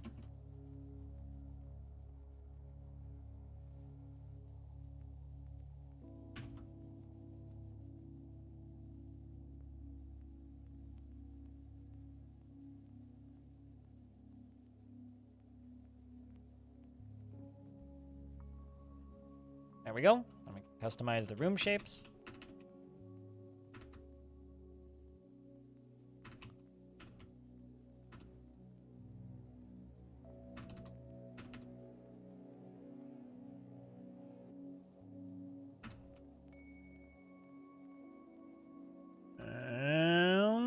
Boop, do it another one. To make more furniture, I think. Ah! Yeah, well, I'm gonna have to fix that. Did those two a little close together. It's okay.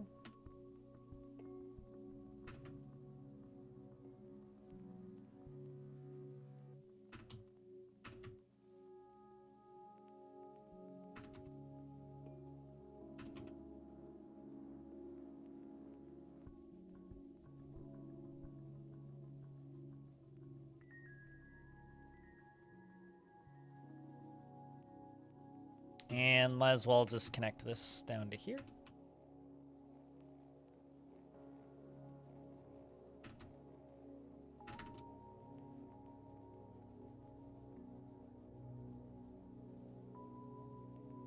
Yeah, see, Quick Fort, though, like, kind of nullifies your creativity to a degree, though. Because suddenly you get so used to just using those prefabs that you never design your own. At least I find a lot of people who use Quick Fort, like, often, like, their designs end up being very static. Which is fine. I mean, if you want those kinds of creative assists, then why not? But removes a lot of the joy of making a new fort for me.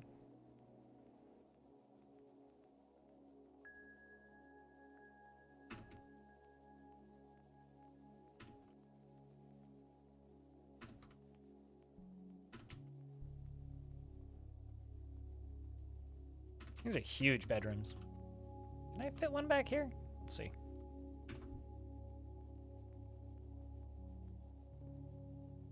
Yeah, I can. Damn. Not quite. It's fine.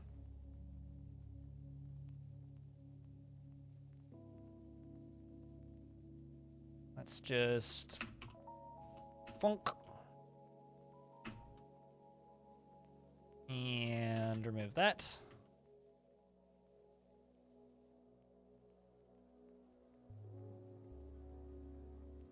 Residential spheres, yeah, it's like biodome. Sort of.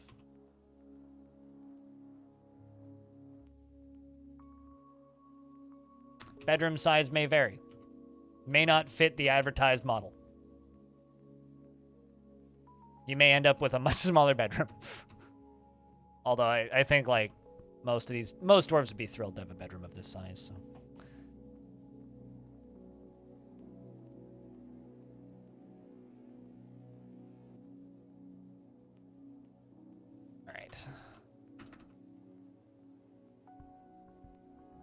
Some of them end up being really weird, elongated bedrooms, too. But you know what? I think that's kind of okay. All right, let's let them go dig this stuff out. Assuming the dwarves have a bed, they're generally pretty happy, yeah. All right, green, cab. Just make 50. Green. Coffer? No. Chest? No. Box. Right. No. Box. 50. We're still collecting sand. Sweet.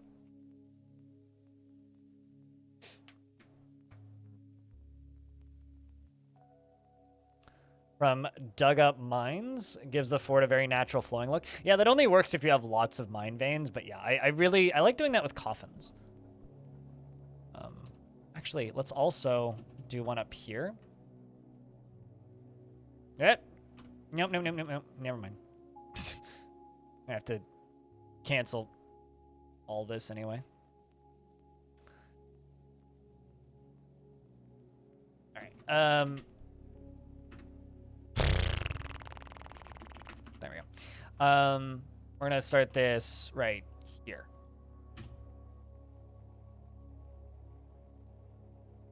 I don't use a single utility, no. I think utilities largely just oversimplify the game to a annoying degree. And they remove the necessity of interacting with certain mechanics that I really enjoy. As an example, Dwarf Therapist completely removes the necessity for actually looking at the internal thoughts of dwarves, which is one of my favorite parts of the game. And I think when you remove stuff like that, Dwarf Fortress loses a bit of its soul. And I don't think that the added benefits of the utilities actually really benefit me gameplay-wise. The only feature I miss was probably just the who has a bedroom assigned right now feature, which the vanilla version is just fine. Or who has a bedroom assigned right now feature, and why am I blanking on the other one? Being able to search this menu. That's like the only things I miss, so it's just not worth having installed. I usually have an install of Dwarf Fortress with DF Hack to like try and debug saves. Good luck, Diamond. to try and debug saves if I run into weird issues, but I've only needed to do that once, and that was a very long time ago in a different version of the game.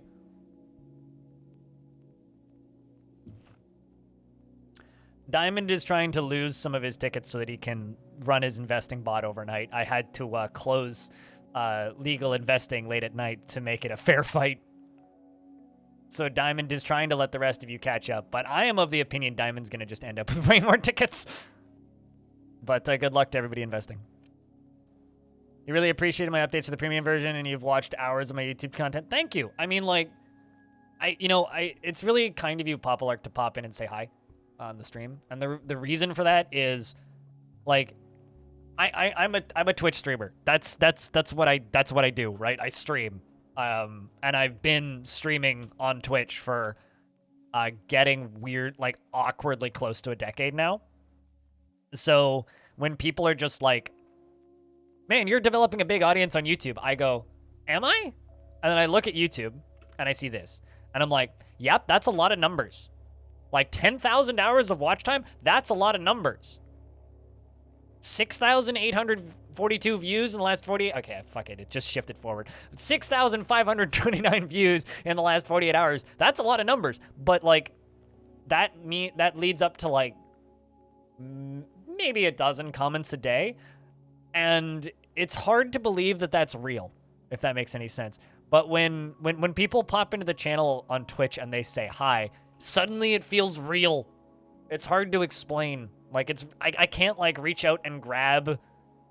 I can't mentally reach out and grab YouTube numbers and believe them. Like, I can't believe the stat of, like, my YouTube channel gets 2 million impressions a month, which means 2 million people see my thumbnails every month, which is, like, not that big for YouTube, but, like, is a lot of people.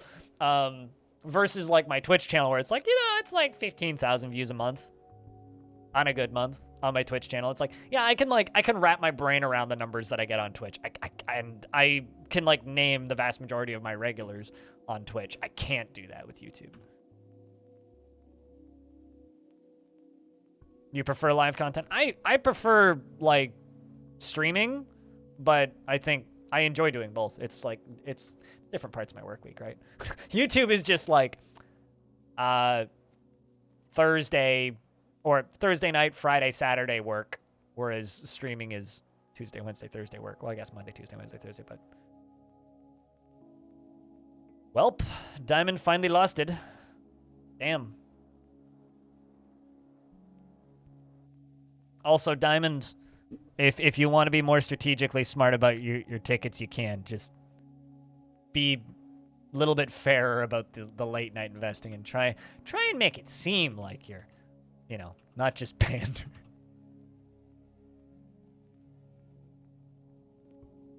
Good thing you only invested the 16. Good thing, yeah. Good thing.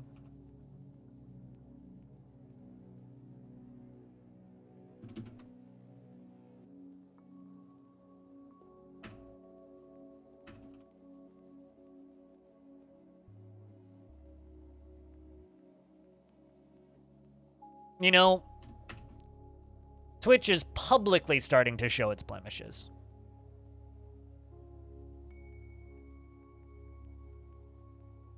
Twitch has been a fucked up website for a really long time.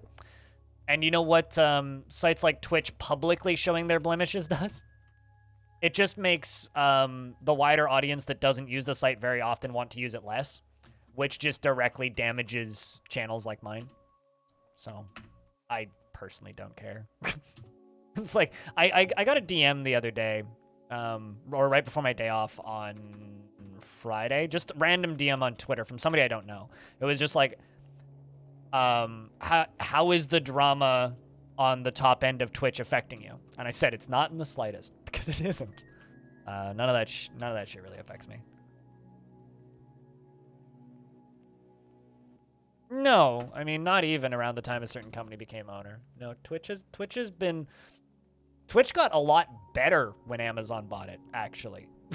It's funny. A lot of people also make that argument. They're just like, oh yeah, no, Twitch started going downhill when Amazon bought it. No, Twitch got significantly more usable when Amazon bought it. Before Twitch was owned by Amazon, Twitch had a mandatory 2-minute delay on all streams that weren't partnered. Also, in order to get partnered at the time, you needed like 300 concurrent viewers. So no, Twitch actually improved drastically. Twitch started to become publicly disliked around the time of like Ice Poseidon, and all that crap, and that was 2016, 2017, and then aside from that, it's all just fucking drama. And at the end of the day, every single big channel, or every single big website like this, everybody's just gonna hate it. And so making it a constant topic of discussion does one thing, and that's just like raises my stress levels and blood pressure, and I don't see the point. It's like, yeah, of course, it's a website owned by a big company. Who cares? Who fucking cares? I certainly don't. Twitch is fine. It's better than Google, generally. And no, YouTube is not a better platform for streaming. It's a better platform for streaming if you have like 5 million followers. If you have a very large audience, YouTube is better. Twitch is better in every other aspect. We got a dyer. Well, that's completely useless. Let's just give you glass making and mining. Thank you. Get over there. What do you do? You're a puppy. That's not what I was looking at. You're a lye maker. Don't lie to me. Never deliberates before acting to the point of being considered thoughtless. Hi, it me. Rarely tries to assert himself in conversation. Finds himself quite hopeful about the future. Nothing like me.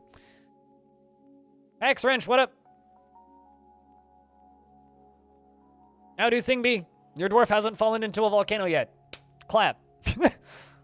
Very tough. Quick to heal. Good. Finds helping others be emotionally rewarding. Let's lose focus on the matter at hand. Healthcare. Go make glass. Go make glass, laddie. Got your booster shot and you're all creaky again. My neck still fucking hurts. And like I've been doing my stretches every morning and my neck still hurts. You might get a dwarf name, just ask me nicely. It's literally all you have to do.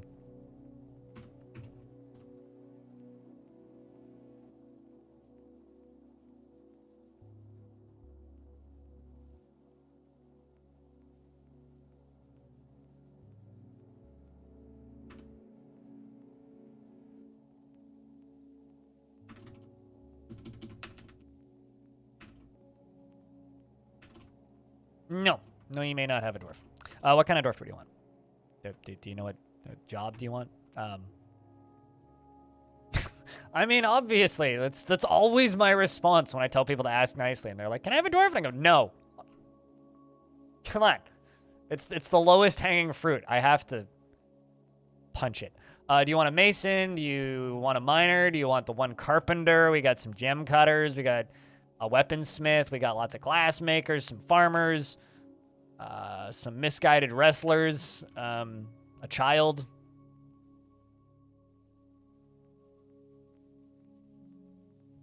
I would also say that YouTube is really good for live streaming events.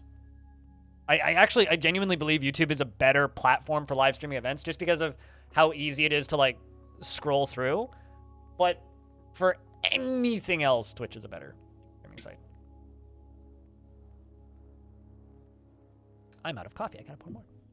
Could you have a herbalist, please? No, you have a dwarf. I can't give you another dwarf. You already have a dwarf. Where are you, Hex? I know you're here.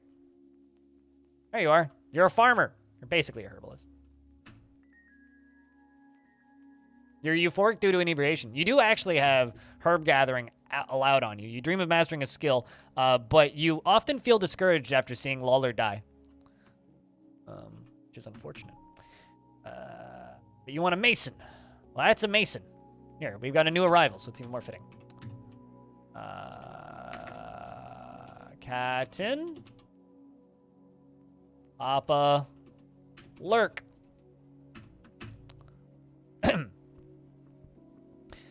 She is a worshiper of Ral. A great piece of art is the only one that moves me.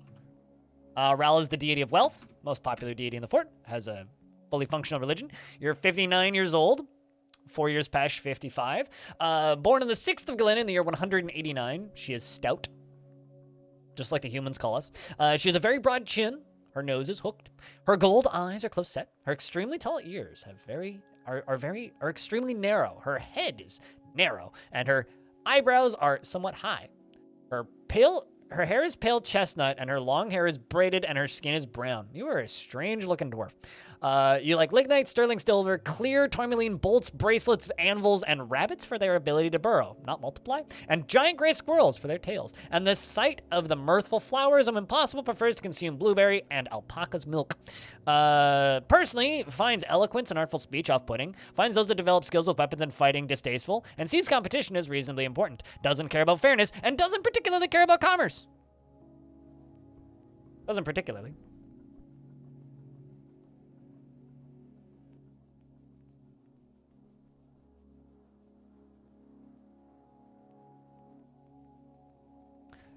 She doesn't seek out excitement, dreams of creating a great work of art, does not easily fall in love, and rarely develops positive feelings. Generally acts impartially and is rarely moved to mercy and has a calm demeanor and likes to brawl. Dislikes the adoration of fighting as an art to be refined and can handle stress. She is moved by art and natural beauty, and she has trouble by this since she dislikes the natural world. Occasionally overindulges in thought. She tends to think before acting and tends to share her own experiences and thoughts with others and doesn't cling tightly to ideas and is open to changing her mind. She tends to be passive in discussions and needs alcohol to get through working day.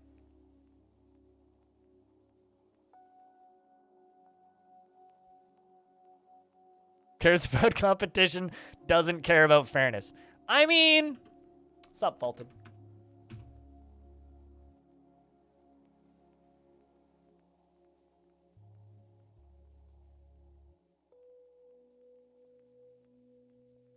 Who really cares about competition being fair? Let's be honest.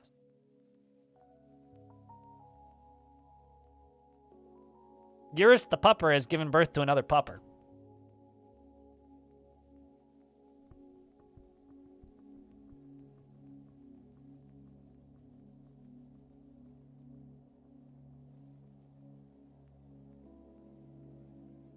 I need to pour more coffee. That's how I'm doing.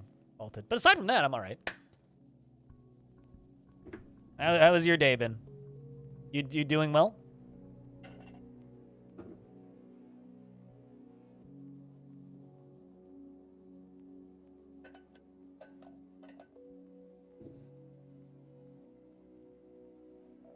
I woke up this morning with surprise money from the government in my bank account, and I was like, where the fuck did that come from? It's like, oh right, it's like some sort of extra, like, financial post-pandemic aid, food price go up thing. Number 45. So whenever I see that, I always go, oh, okay, so I guess I have to pay that back in taxes. So I'm all right today. Surprise government money is better than no money?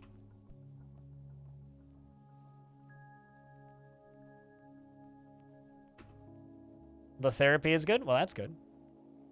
It's better than the rappy.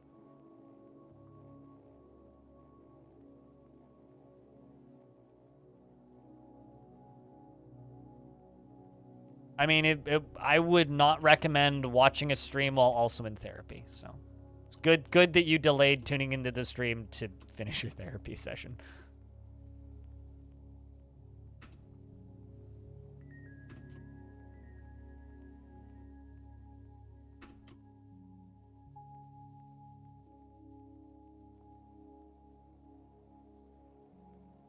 All right, we'll just let them do that. But today's been pretty good. We've only thrown one dwarf into the lava today accidentally. So we all cried very long, and then we moved on with our lives.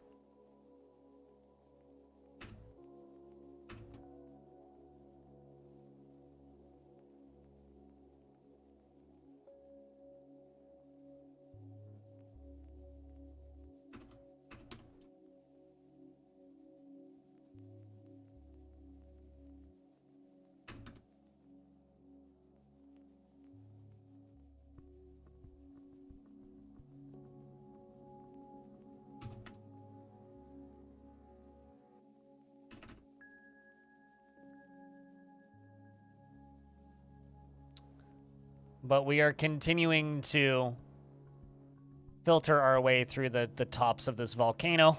Slowly cut it back. And also, putting a little stairway up to here has definitely sped up the speed at which we can bring this lava up here. Uh-oh. That's not glass. Pull that out. There's definitely one tile of stone in there. Can't have any of that. Building this out of glass. I made all this glass for a reason. Gotta use it.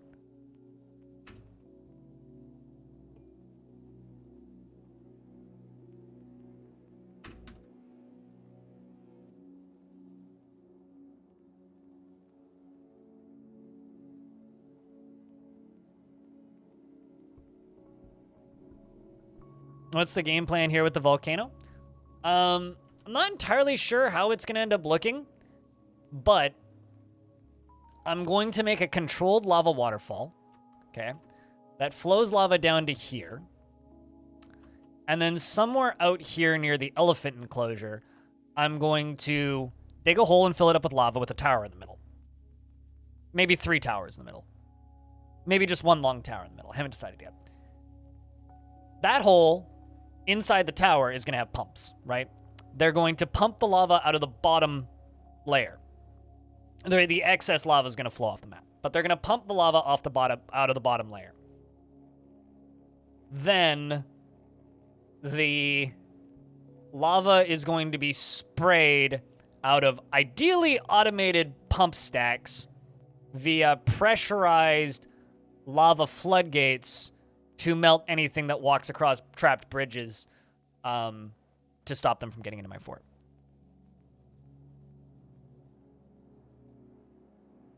So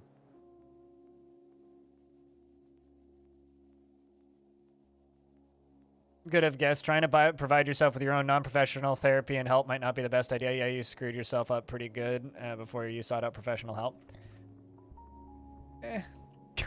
I would hesitate on telling people to seek professional help, but that's somebody who therapy has seriously caused me problems.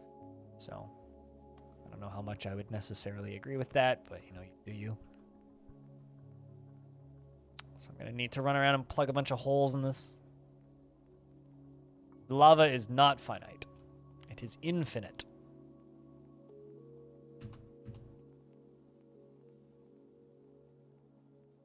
Also, this is besides the point, but I also want to make a artificial lava waterfall spraying lava out of the top of this down back into here.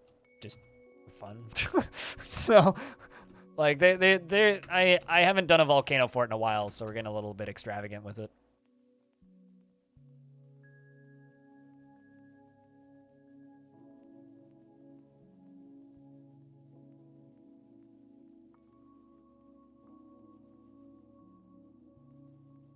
All I know is there will be lava spraying in places. If by pleasant you mean spontaneously combusting, sure. But yes, it does create mist. It's a very golden yellow color, and anything that touches it immediately bursts into flames. I could probably show you some mist, actually. Did I leave this active? Yes, I did. There's an active garbage dump right there. Why already it's not throwing the stuff off the cliff into the lava?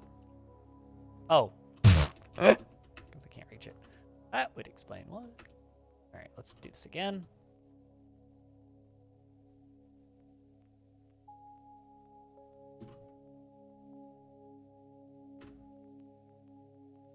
Garbage dump.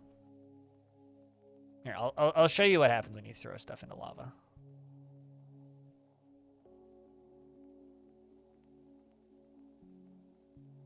Let's follow this dead llama.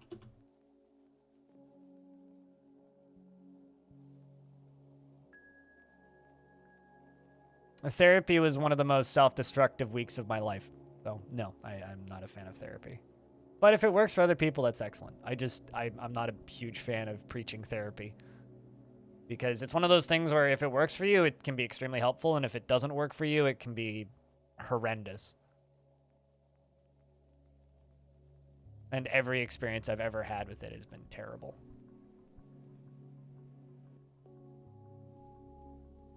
Let's see, did they? No, that didn't cause any mist. All right, well, I'll chuck a couple boulders off the edge just to show you.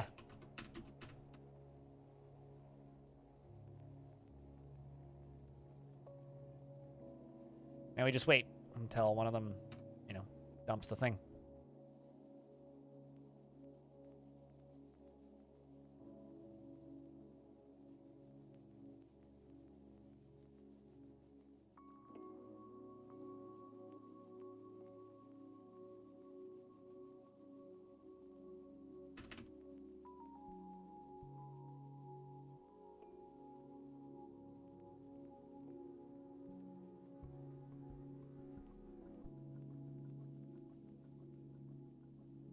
Yep, and I won't play it.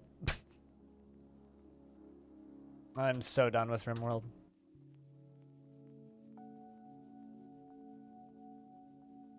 A professional therapist told me it's probably best for me to never take therapy. So, and that wasn't the first opinion like that I got. All right, here comes a boulder.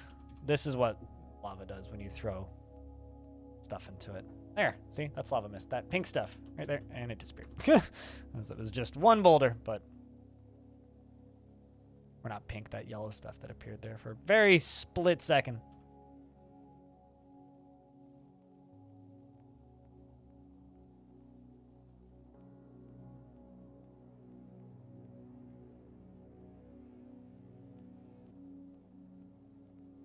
Also, every single therapist I ever saw told me to take pills. I am not going on antidepressants. I'm not going to take things that null my mind. Thank you very much. I will stay self-medicated. Unless they're floor pills.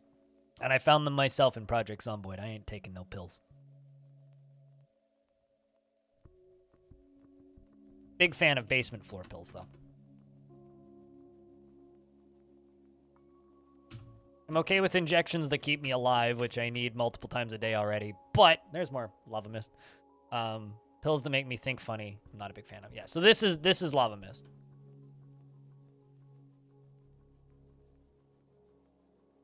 That is lava mist.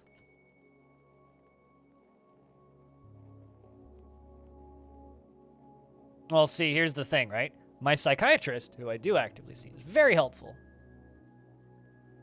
Every therapist I've ever seen has basically come down to, all right, you need to go back to your psychiatrist and they need to prescribe you these pills for antidepressants.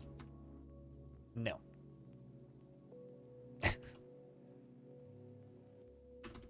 So, I don't like talking about therapy. Great for some, not for me.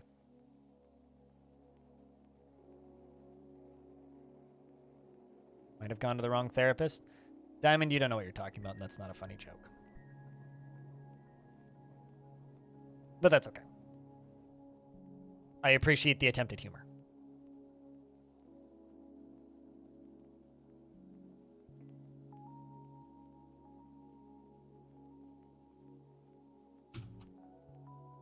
Although I'm a big fan of my current psychiatrist, who's accepted the fact that I don't want to take pills and has just given me a pretty legitimate regimen of self-care, which is more than enough.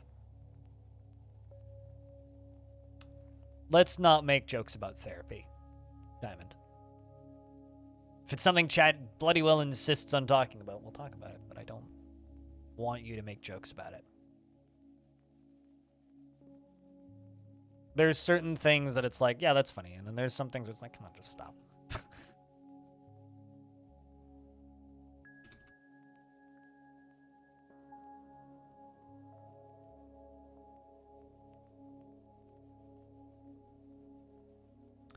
So we need to remove this little walkway.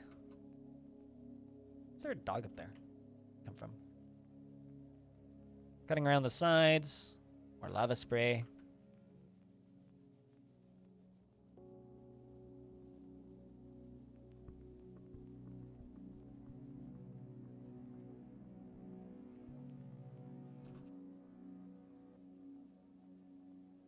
Dumping stuff off the edge.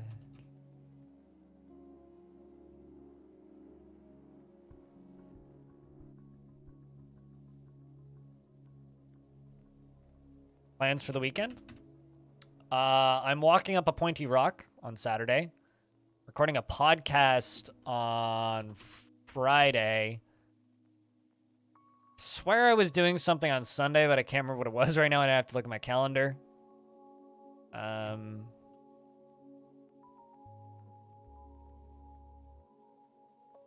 Things. Gonna go to a cafe. Woo. I go to cafes generally Friday, sometimes Sunday. I have a local coffee shop I like going to. And I go there enough that they know my order when I walk in the door, which means I am kind of a regular. Although, unfortunately, it's not a great coffee shop. It's a local chain, which isn't brilliant. They're fine. Not great. They're fine. But it's a pretty common chain, and it's one of the not-so-good ones. It's a Waves coffee, if anybody's genuinely curious.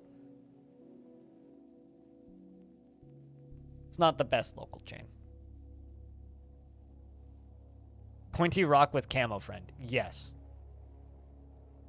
That is the person that I go hiking with. Wow, that's a lot of dumped items. Okay, hold up. I got a problem here. Okay, hold up. That's a lot more boulders than I realized they were dumping.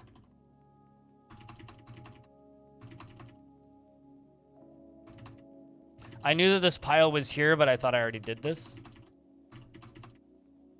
I realized I missed one. Too bad.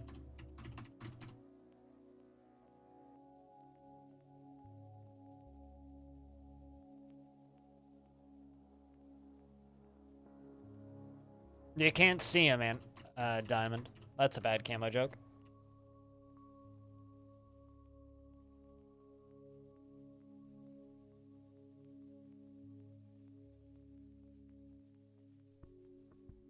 Mussel shells can be tossed.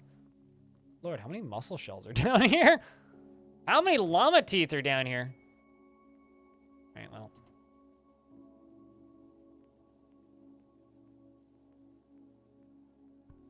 Well, they can finish dumping all of the boulders from the top there. That's fine.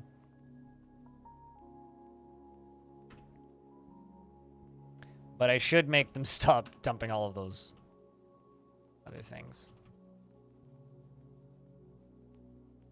Anyway, that's what happens when you dump boulders into lava and other things. Sprays like that.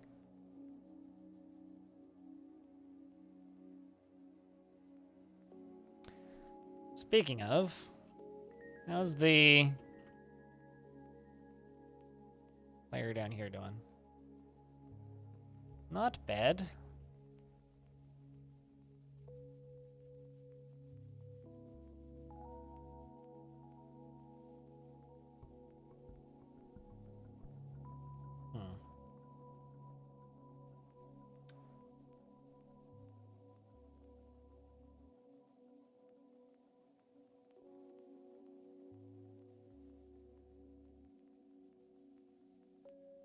Actually, hold on. Where does this part down here start? It's right there.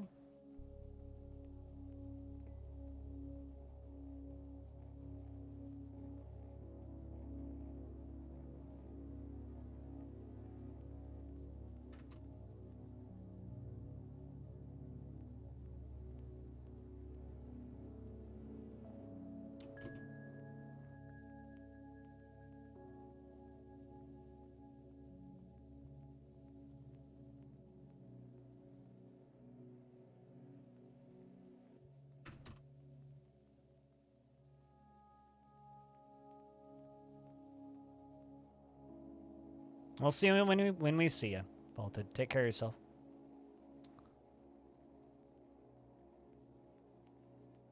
Don't speed.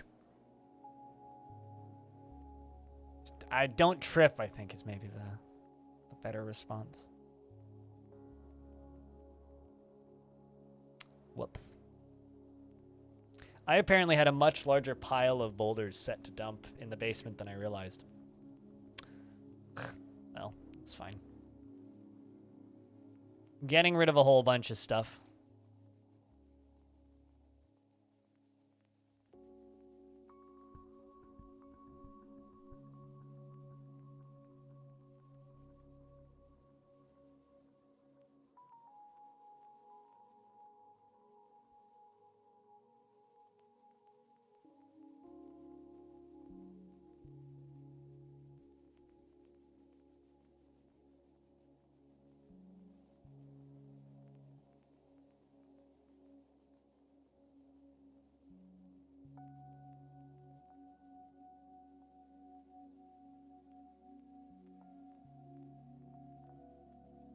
So what's the occasion for you going to a cafe tomorrow? No?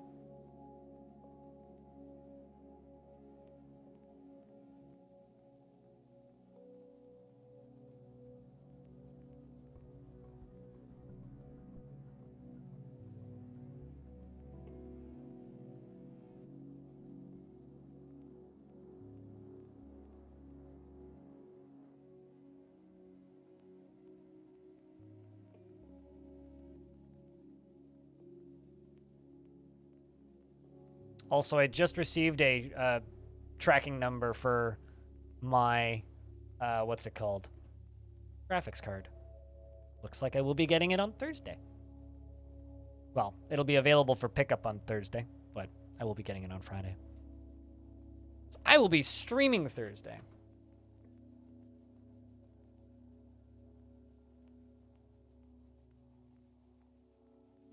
I'm gonna go there and buy her breakfast? Well, hell yeah. It's a good way to do it.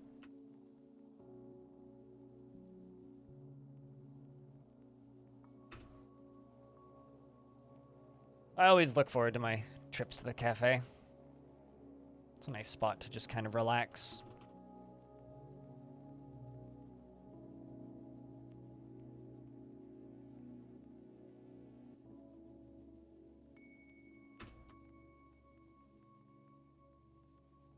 That's why the frame rates got hitchy again.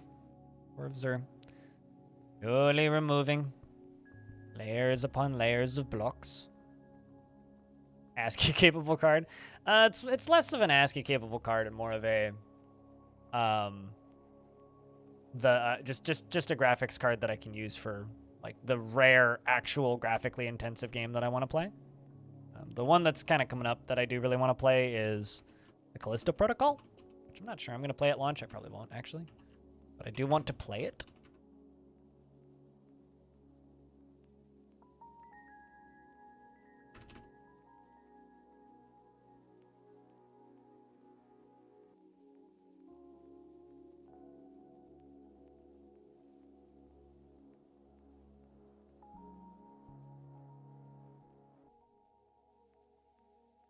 All right, there go those two. Also going to cut this back once those walls are installed.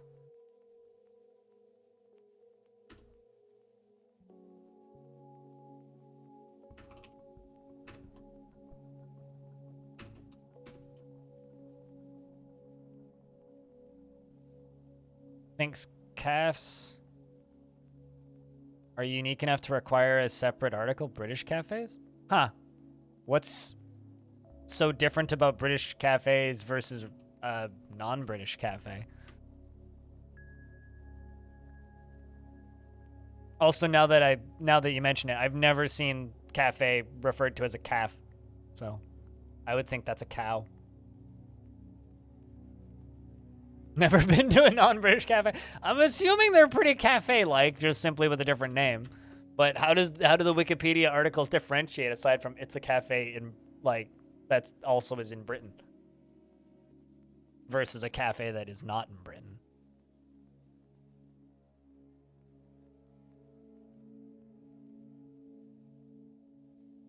Well, sure, but that's just a themed cafe. It's still a cafe though. It's just like a cat cafe. It's still just a coffee shop. Like there's a cat cafe here. There's also a bunny rabbit cafe, and they're literally just like identical to a regular cafe with the exception of the fact that there's cats everywhere. So as far as I'm concerned, a significantly less optimal experience. I would much rather just go to a normal ass coffee shop and not have to worry about somebody's pet. Or somebody's potential future pet, because they're all up for adoption. That's the whole gimmick. Getting hair in my coffee. Also, they're more expensive. Those it uses the same as the European style coffee house or bar as a British cafe does not usually serve alcohol. No coffee houses here serve alcohol either. Unless you live in Quebec. In Quebec, they do. But only after certain times of day. Unless it's a coffee bar, in which case then it's specifically a coffee bar. A bar that also serves coffee.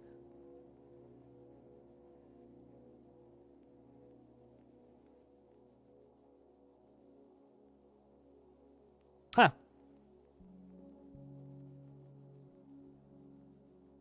Interesting. Sounds more like a diner from that description, but...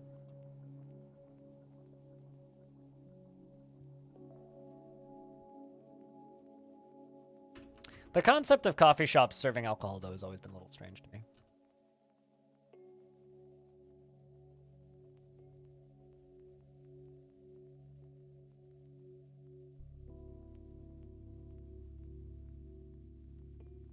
Right, another chunk complete. And then I kind of want to do something with this spot over here as well. But I'm not sure how that's going to end up actually playing out.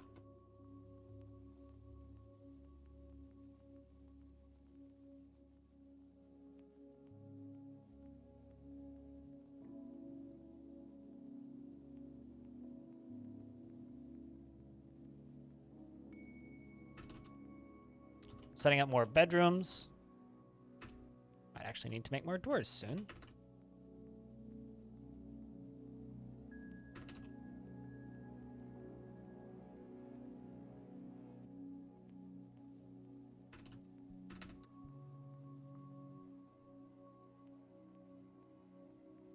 Now we just need to wait for those beds to show up.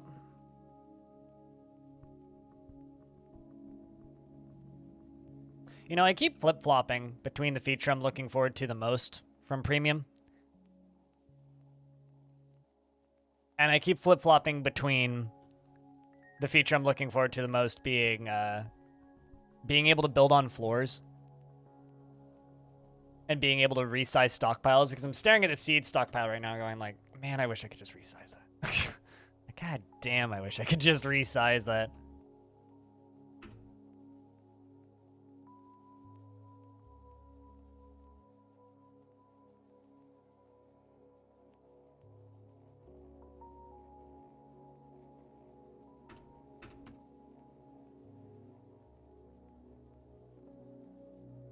Let's try that a second time.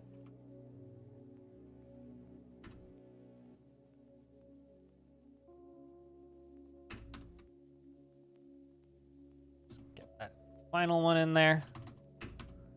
Perfect. I'll be blunt. I cannot wait to be able to resize stockpiles. I'm so excited for that stupid feature. Such a normal feature for video games, but just not something we've ever had in Dwarf Fort before.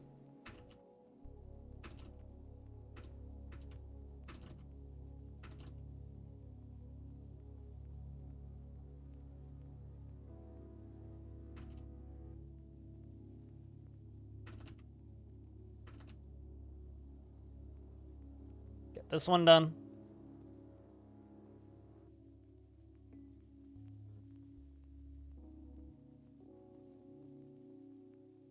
So that's the same for any cafe in the country. Yeah, I don't know. I think to me it kind of sounds like the difference between like, or like a weird distinction between like chain and non-chain establishments. Like it sounds like a non-chain place is a caf, whereas or however you pronounce it, whereas like a chain establishment would be a cafe. The more international version, I guess. But yeah, it kind of just sounds like the only real difference that I can discern from that is just like the food served. And whether or not it's a chain. I'll be honest, saying calf, the only thing that I think of is a baby cow. So...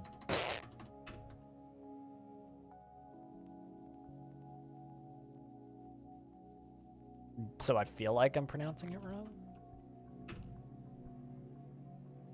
I mean, Chad, if I say the word calf, what do you think I'm talking about? Because if anybody here's first word is coffee shop, you're lying.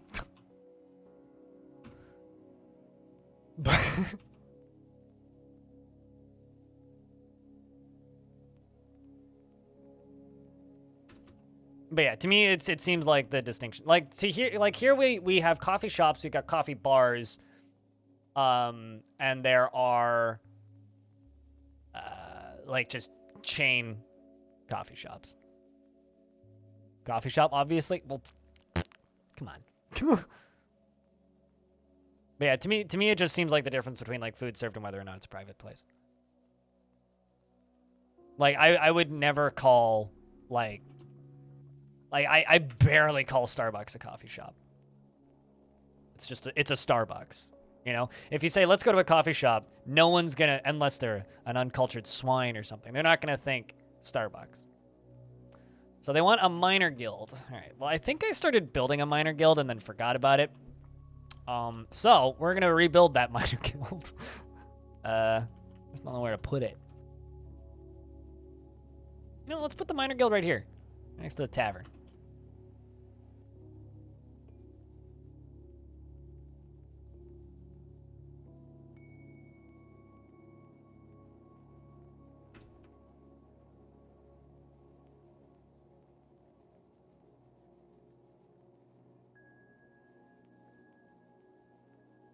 You say calf a bit differently around there? True.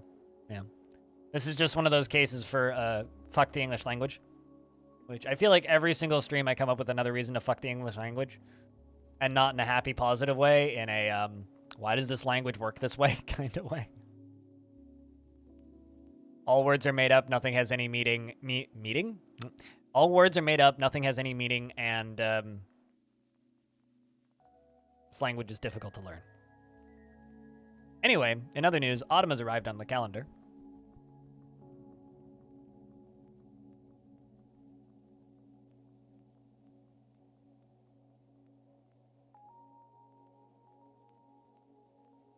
I mean, when I say calf, I think of this.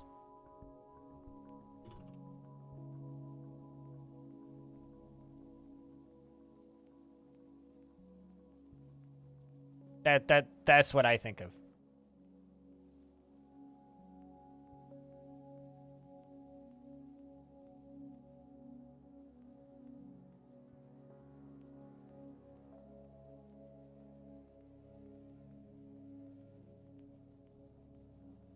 Also, fluffy cows are way too cute. It's like a dog that mows your lawn.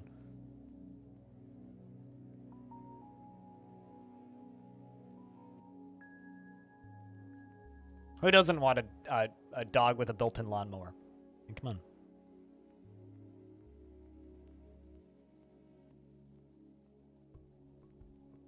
I guess somebody without a lawn would maybe be the easy response there.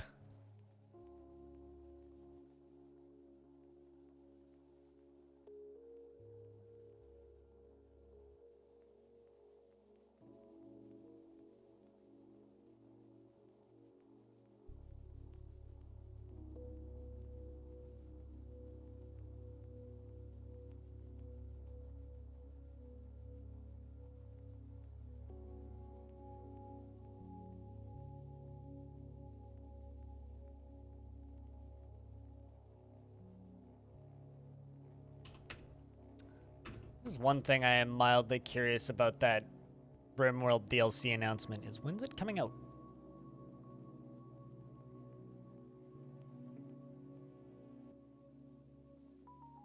Which I'm just looking at right now.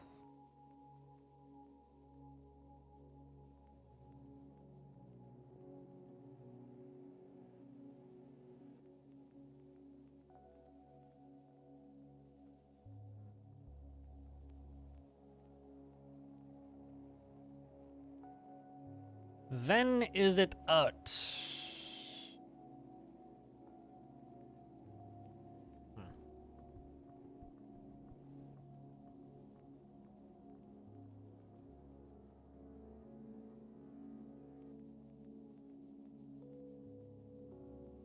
Sometime in October. And the reason I'm saying that out loud is I wonder if Dwarf Fortress would push to get away from that.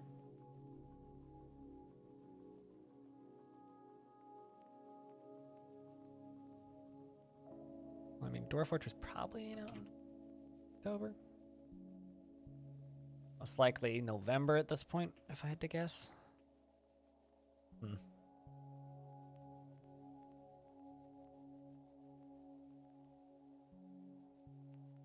You know, smaller independent businesses and kind of the theme of local food. Big chains tend to be American. Yeah, I mean, like, I don't call chain diners diners generally. To me, a diner has to be a family-owned operation. Like, Denny's isn't a diner. Stop trying to be one, Denny's. You're a low-quality restaurant. Deal with it.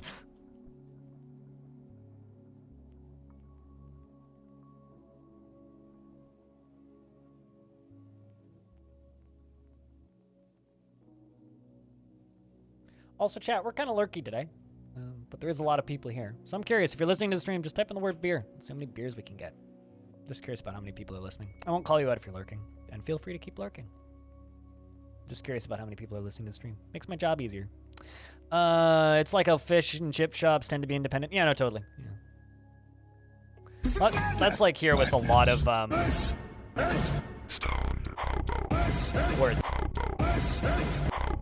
Yeet.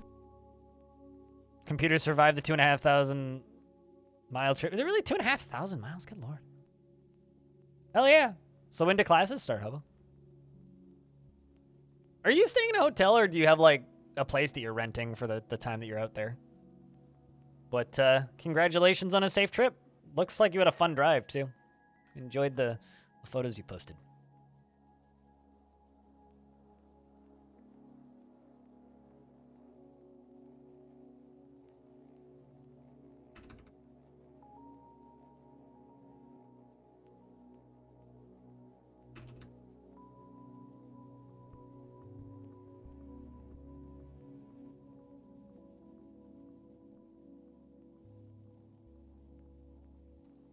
Renting an apartment a decent distance from the strip? Gotcha. Oh, yeah.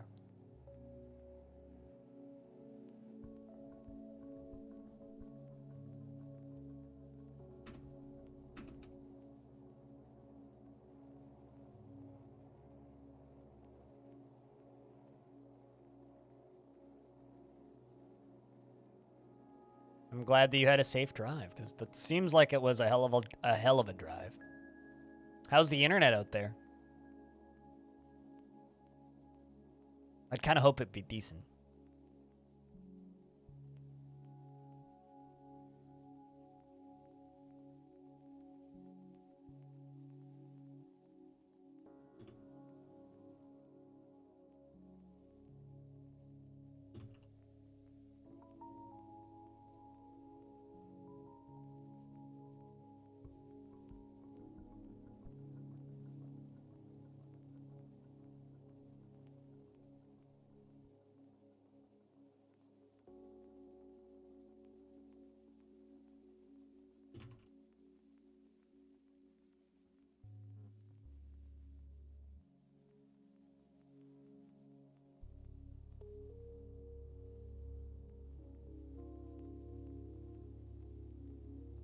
In 20 minutes means, and that's on Wi-Fi? Oh, that's not bad. That's actually pretty fast. That's not bad. Not bad at all. So, Hobo, I have a, not a favor, but a thing to ask. Proteus added 4-player co-op. We need to find 2 more people. Also, Bastet is making us an artifact and has claimed a clothes shop. He's grabbing clothing. Yeah, Proteus left early access and has 4-player co-op.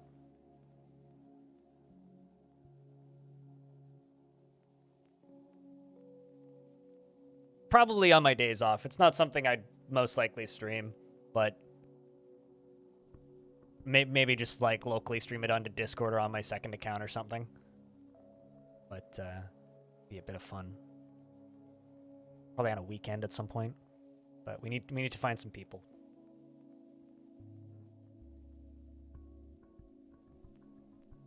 I'll poke around and see if I can find some people.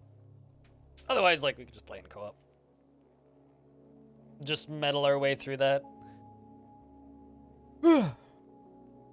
Hey, the Outpost Liaison from the Dwarves have arrived. Let's quickly crank out some balls.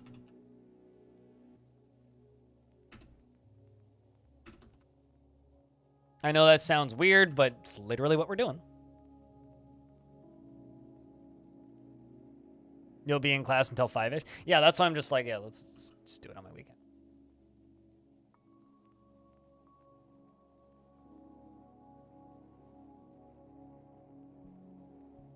Crank balls, yes. Well, I mean, I have lots of balls. Glass balls, in fact. Green glass balls, even.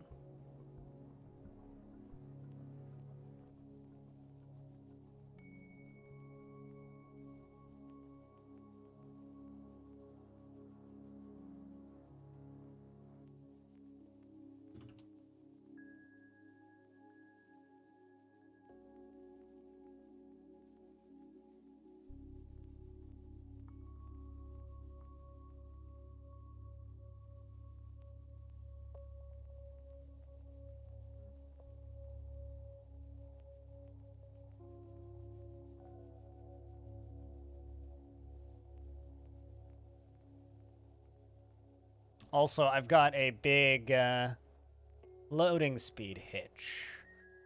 Due to the bigger map, most likely. Probably animals spawning in. You have to go do grocery things? Well, cheers. I knew you weren't dead. I figured you were just, like, between internet connections that were stable, but...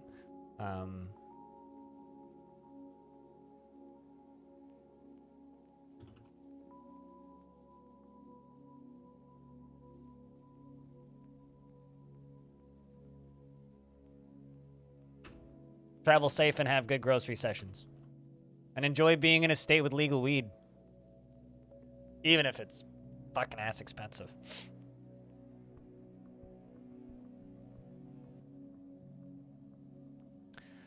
Investments are open. Heads up, chat.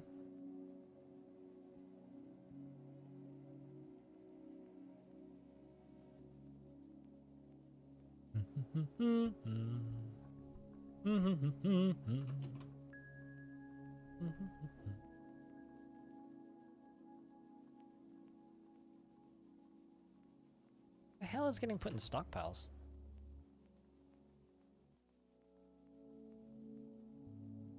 Wood, maybe? Okay, it's definitely wood.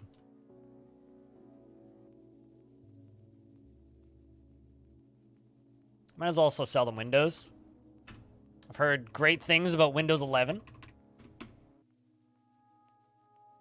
Almost as popular as Ocean's 11. Chat room investments are open if you want to invest your tickets.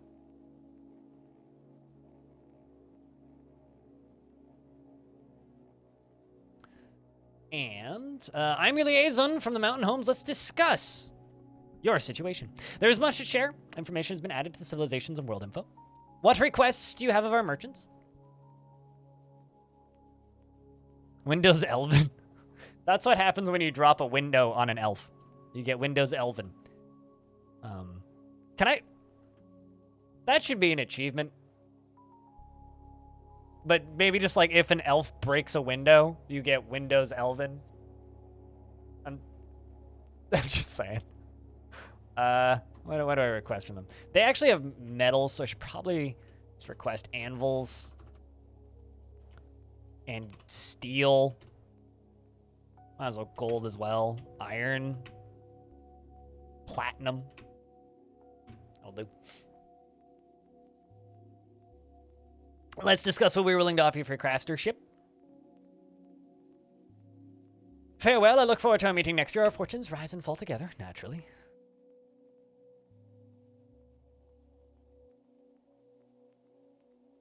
Thirteen's a very lucky number, yes.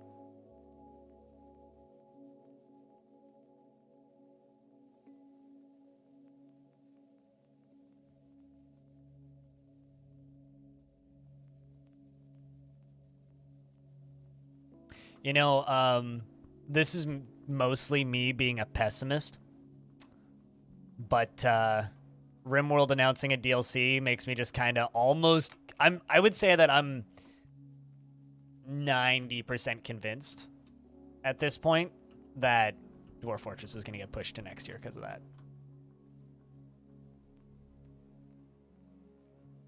Like, 90% convinced. It's mostly a speculation, but...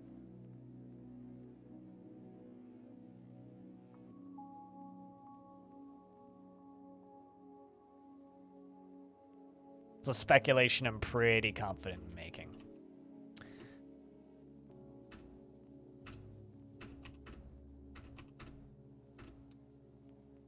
Don't say that. Well, it's their biggest competition putting out a DLC, right? It's like the more I think about it, the more it would make logical sense to do that. I made glass nest boxes? Whoops.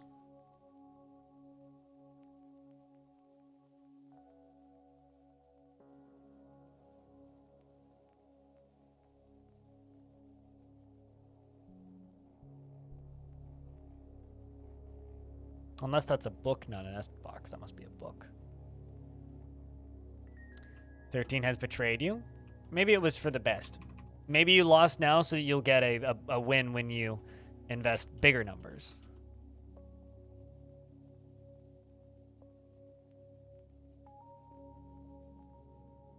Let's see. Did they bring any interesting instruments?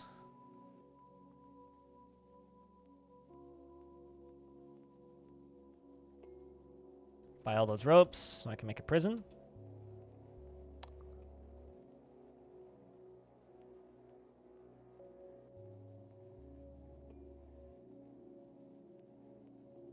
But yeah, I won't say that too loudly to not will that into existence, but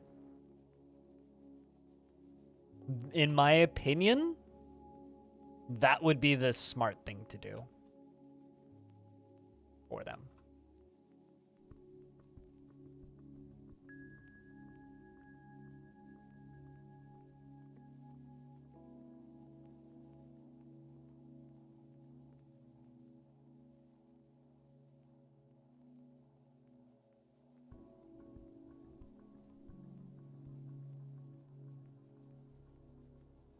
It kind of sucks, but it would be the smart thing to do. Because they want to get as far out of the way of RimWorld as possible. Might as well buy all the clothing and armor, because I can. I got more than enough. I'm just looking at the amount of money I still have to spend here. I'm just going, yeah, it's just wise to just take everything.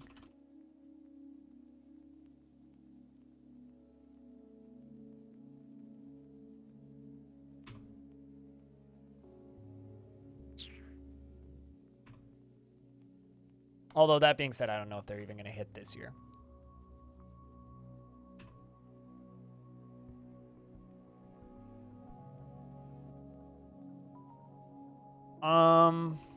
Be nice if they did, but I don't necessarily expect them to.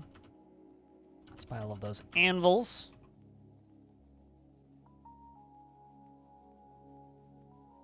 Buy all of the thread. It's a fun crafting project for my dwarves.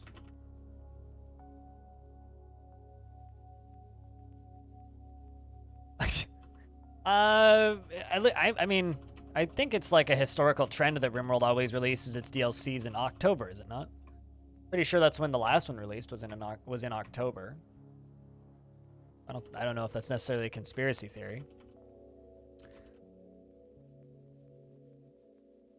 October is the best time of year to release a video game. October, November is the best time of year to release a video game. It's when the most people have the most money to spend on video games. That and right after tax return season. When I finally make a library in this fortress, we're going to have so many frickin' books.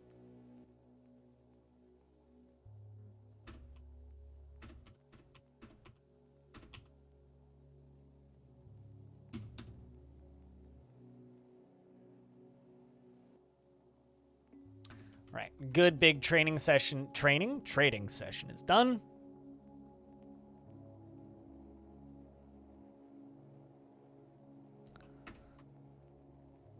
Expand the size of this. Or a minor hall.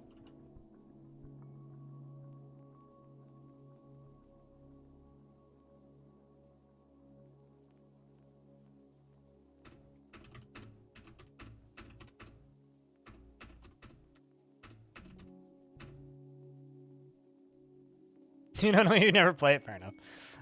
Green statue. Let's make 30. There's 30 statues because they're free.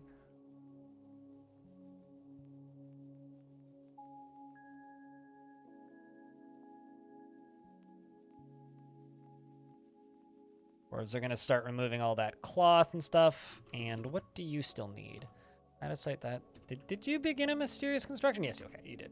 Bastet has begun her mysterious construction in a clothing shop and has grabbed pigtail cloth. Very nice pigtail cloth, even. Superior quality pigtail cloth. Jute cloth, water buffalo leather, rough pineapple opals, stray puppy bone, black bronze bars, rough pineapple opals, adasite blocks, and of course some adasite. That's a clothes shop. Make a pretty dress or something. A migrant has arrived. Well, that's a migrant. You're a bone doctor. Are you now? She never feels envious of others. Hey, well, let's give you something. Make yourself useful. Grab a pick. All right. As we fly up here.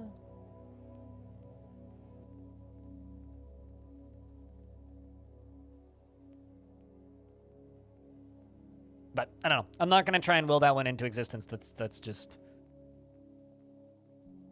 me expecting the logical response from a developer / publisher that does know what they're doing.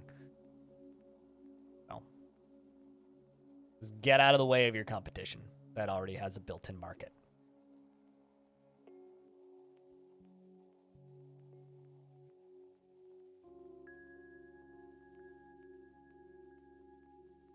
You're just hoping they don't know what they're doing then?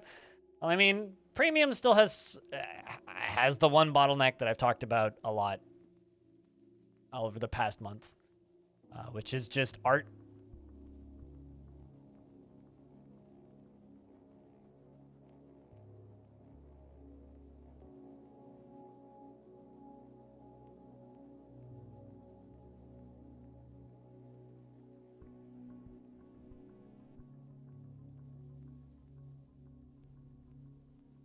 So if the art doesn't get done by it's like the 3rd week of October, because the Iron Hand or Jacob is moving in October, and if he doesn't get the art done by the time he has to move, it's probably not coming out this year. Because then there's no way they'd be able to have a finalized build by the end of October and get it out for November. And then they'll hit December, and you don't want to release a game in December. For the same reason you want to get out of the way of your competition. You don't want to release a game in December, because December is the worst time of year to release video games. And also not to destroy your hopes and dreams, Dominic, but Fox knows what the hell they're doing. Bastet, the chief medical dwarf, has created Ral Dumar, a pigtail thong. Bastet! Putting you in horny jail.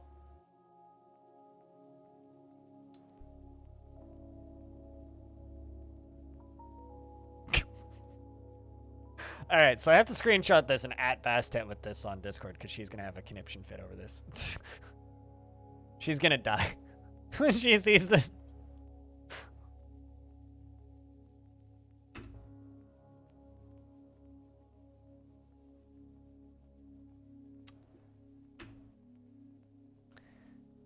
Help, pour one out for Closed Haunt.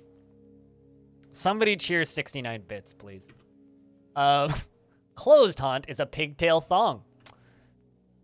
This is a pigtail thong. All craftsmanship is of the highest quality. It is encrusted with round, brilliant cut pineapple opals and cushion adasite cabochons, and decorated with jute and encircled with bands of cushion adasite cabochons, and decorated with jute and encircled with bands of water buffalo leather and dog bone. This object is made from pigtail cloth, and this object is adorned with hanging rings of black bronze and menaces with spikes of adasite. On the item is an image of Rith Evan fountains, and I'm sure they're flattered to be on there, in pigtail. On the item is an image of Faith Wad Cloister, the dwarf and dwarves, in pineapple opal. Fath Wad Cloister is surrounded by the dwarves. The artwork relates to the ascension of the dwarf Fath Wad Cloister to the position of king of the Rim of Savants in the midsummer of 153.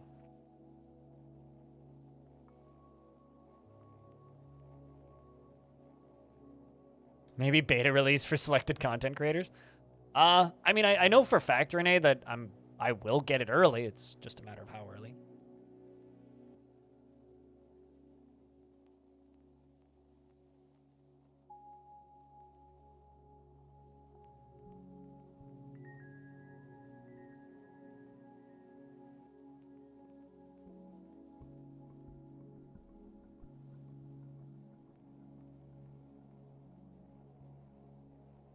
Also, I'm doing the streamer thing and making a tweet. I mean, I prefer to think it's just a single sandal. Because thongs, admittedly, yes, format of underwear, but also format of shoe, or outdated way of referring to format of sandal. So to me, it's just a sandal, but, you know, you guys can go to horny jail if you want. Also, I keep on forgetting that my tavern is called the Massive Lobster.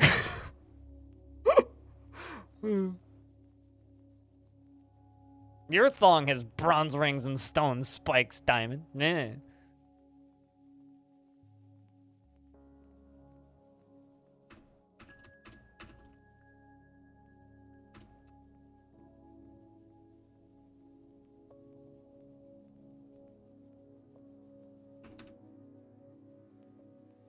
Does it say what clothing type it is? It's a thong. That is the type of clothing.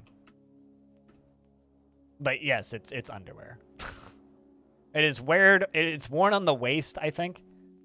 It's like loincloths.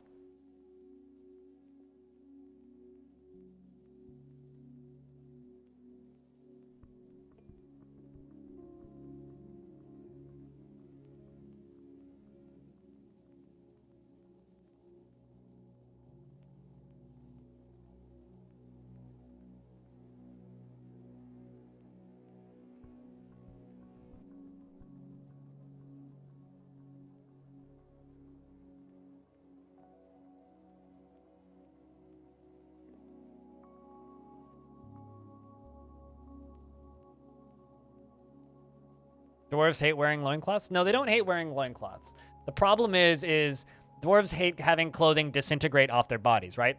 So if a dwarf finds a loincloth and they put it on, that's fine. However, the problem is dwarves don't have the technology to make loincloths because dwarves aren't supposed to be able to wear loincloths. Because them wearing loincloths is a bug. But the worst thing that you can possibly have happen to a dwarf is that the clothing falls apart and falls off their body into pieces, right? Now, because dwarves can't make thongs, the issue with this is if a dwarf finds a thong, odds are pretty good they're never going to find another one, because generally dwarves just, like, generally, like, you'll kill a bunch of elves and you'll get some thongs, and then, or you'll kill a bunch of goblins and you'll get a couple thongs, and then some dwarves will put them on, but the odds of them finding another one is pretty low, right? At least in a reasonable amount of time. So what's more likely to happen is it'll get super damaged and rot off their body. Because it'll either A, never find another one, or B, won't find another one in a reasonable amount of time, so it rots off their body. And that scars them for life and gives them PTSD. Their clothing rotting off their body. Not the act of actually wearing the thong. The thong is fine. I'm all for freedom of expression and wearing strange bits of clothing, but if it's a piece of clothing that the dwarves can't normally make, replacing it is the problem. Please don't elevate your message. It's a waste of your money. If you want to elevate a message, just tip me money. It's a new feature that Twitch is adding. It's literally just super chats, but like... It's a 70-30 split, not counting the cuts that the transfer or the money transfer company uses. So it's actually closer to about 50-45. It's not actually that good of a...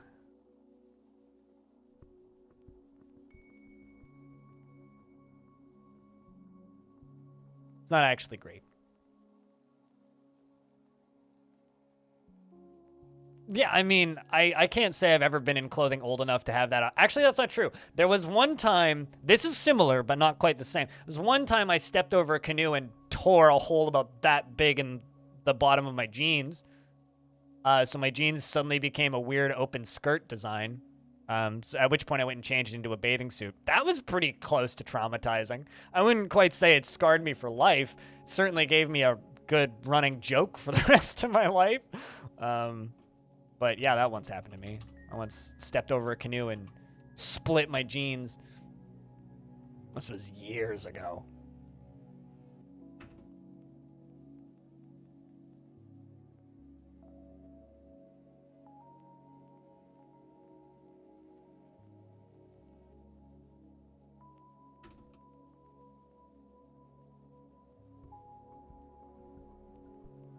I would also say, like, kneeling and then, like, splitting the ends of your knees on a pair of, like, pants would be similar.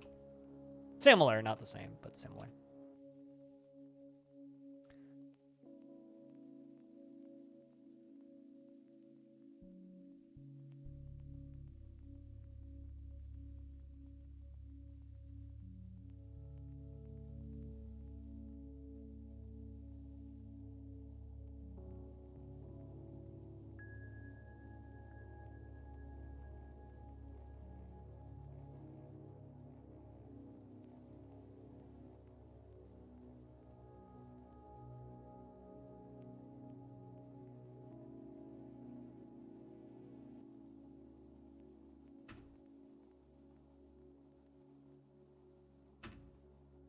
Did I set that to raise? Now it is set to raise. It's the classic, like, second guessing myself after I've placed it. It's like, did I set that right?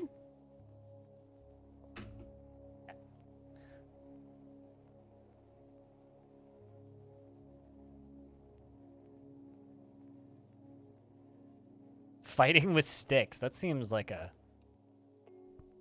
dangerous thing to do.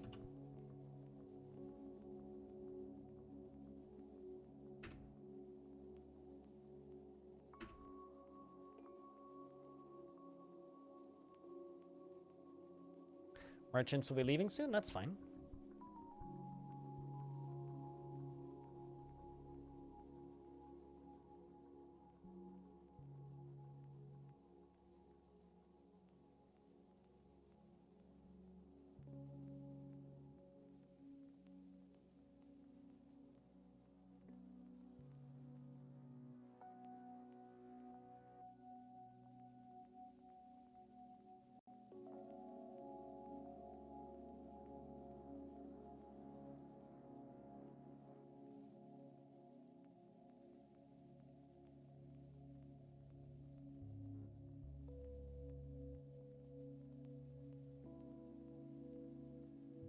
Update on emotes? Haven't heard from Cooler. But I'm also unable to pay Cooler, so I'm not gonna, like, give him a hard time if he's slow.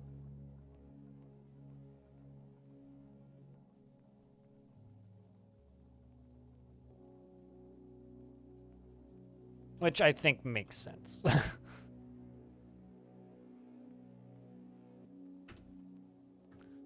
The problem of having your artist located in a country that is not very popular in the world right now. We're working on strictly IOUs right now with him. Oh.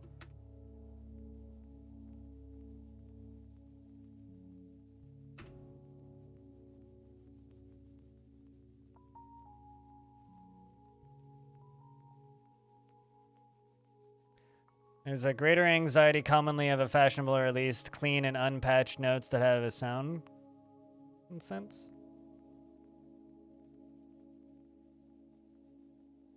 What?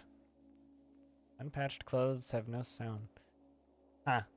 I mean, unpatched video games, sure, I get, but unpatched clothes?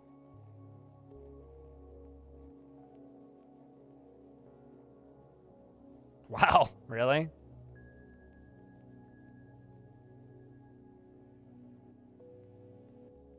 But wait, were you not in a fight? Because you said that you were fighting with sticks.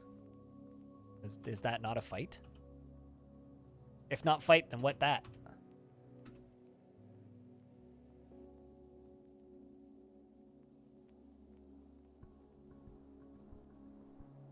Oh, like fighting us, like trying to push your way through the brush? Ow, that sounds painful.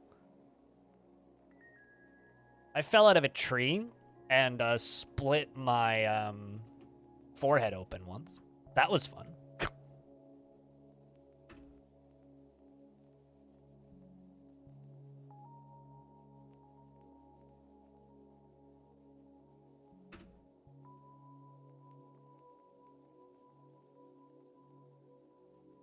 And just collided with a thing on the way down.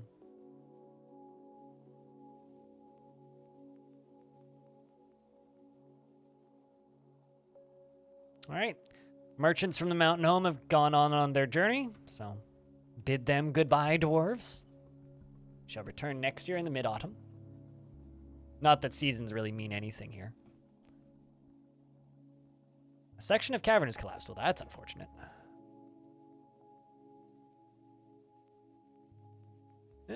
Nostrum, you good? Right foot is bruised. Ah, you're good. Walk it off. Yeah, there you go.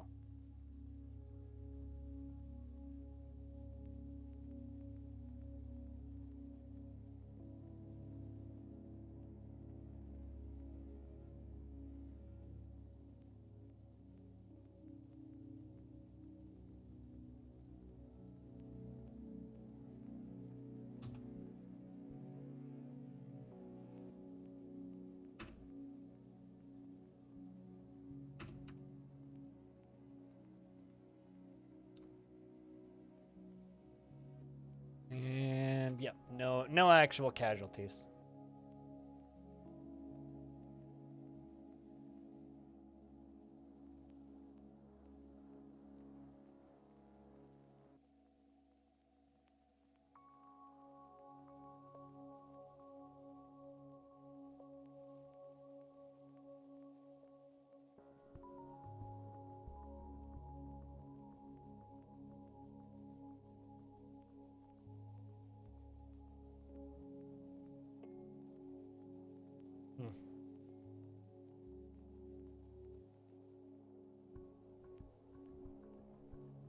Speaking of controversies, there's a bubbling in a Discord that I'm in about whether or not a game is stealing RimWorld's music.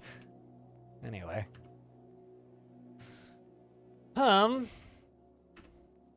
Bellinair's streaming that game right now if anybody's curious.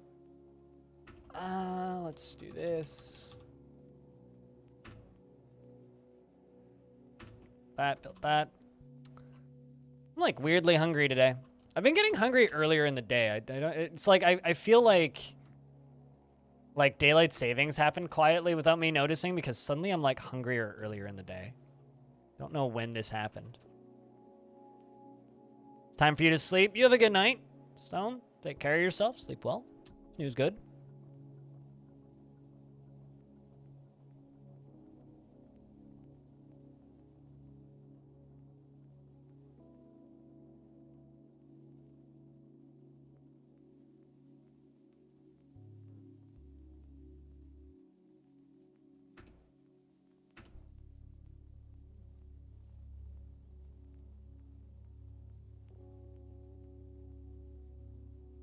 Okay, so I think what I'm actually going to do is just channel this down.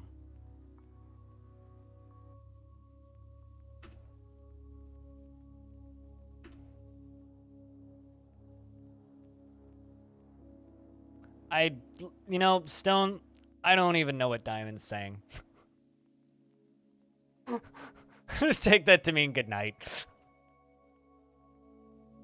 Like, if anybody understands what Diamond's saying most of the time, just please let me know. Why would he melt? Anyway, chat, wish Stone a good night's sleep.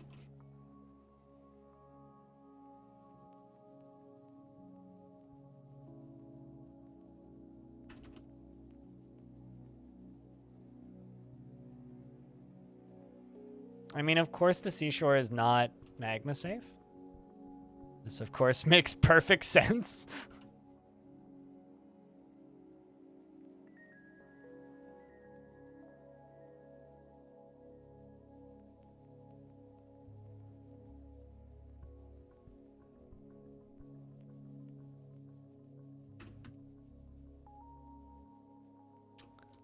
So I'm building the first flood ramps, which are going to flood all the way down to here. And then we have to continue them on this side over here. So actually, I'm going to do something real quick. I'm going to remove all those ramps.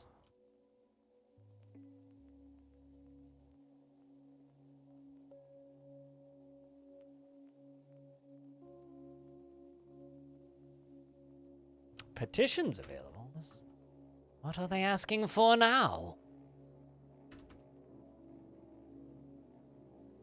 Oh, the Guild of Silkiness has many members in Stonewater and now requires a guild hall.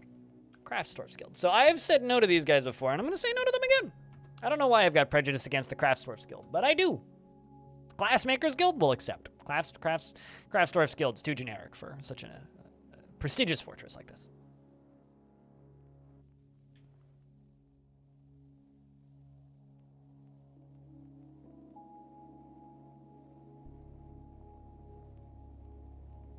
Oh no, I just realized I screwed up.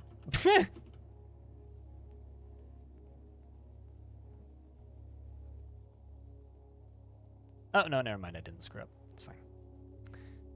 Dwarf found a way up and around. It all good.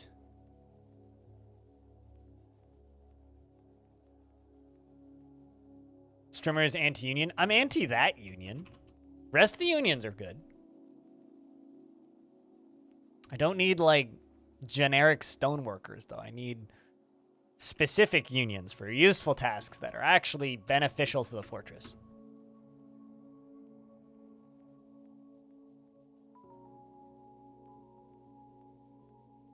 No mods in chat? No.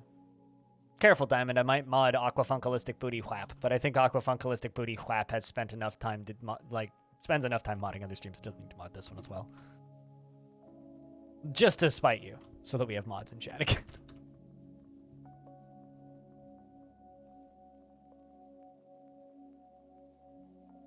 But to be clear, I'm very much pro-union.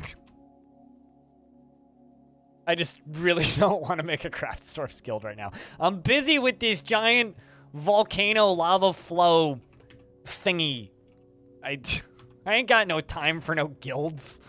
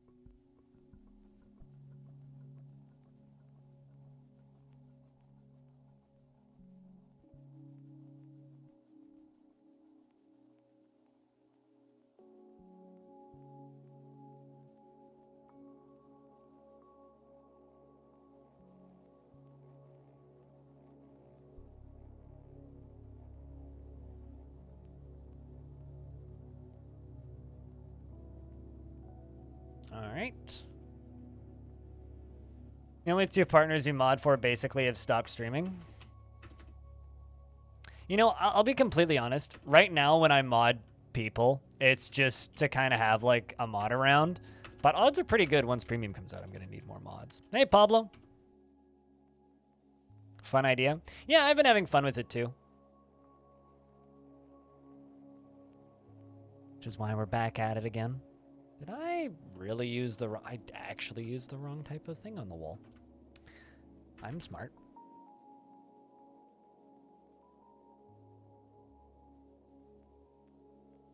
But we've made progress. Pablo. Good progress. One dwarf got punted into lava today. Absolutely not. You need to learn to type coherently to be mod. And we all know that, also, billionaires shouldn't get into politics, Diamond. Not only are you literally a diamond, but you're far and away the wealthiest ticket holder. So how about you stick to investing and you know, stay far away from politics. Thank you.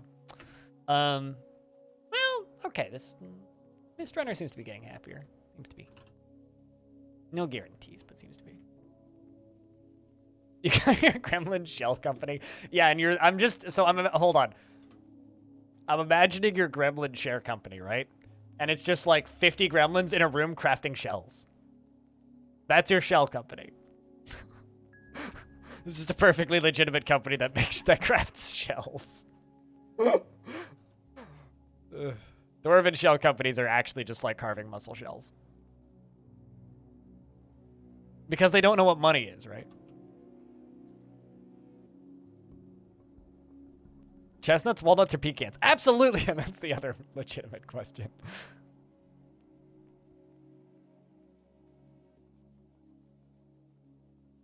Walnuts? That's nuts, man. I'm more of a floor nuts kind of person.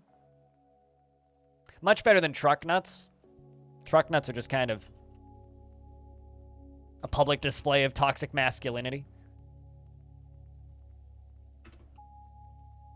Actually, I saw a pretty funny quote on Twitter, which made me laugh pretty hard.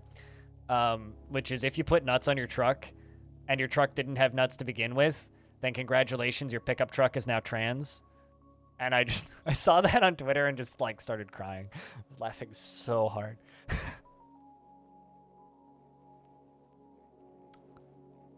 We might get Gremlin from air due to connections. This is true.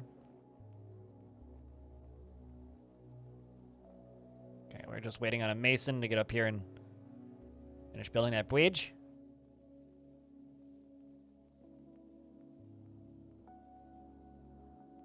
A shelf? No, a shell company. It's just a bunch of gremlins making shells.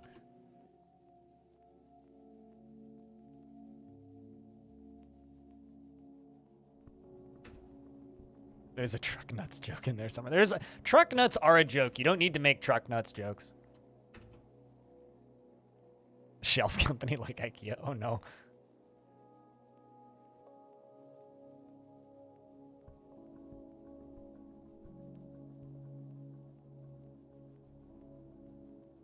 You wouldn't let gremlins near pistachios. Have you seen the stuff that they do at high altitudes and low pressure? Gremlins or pistachios? And no, actually.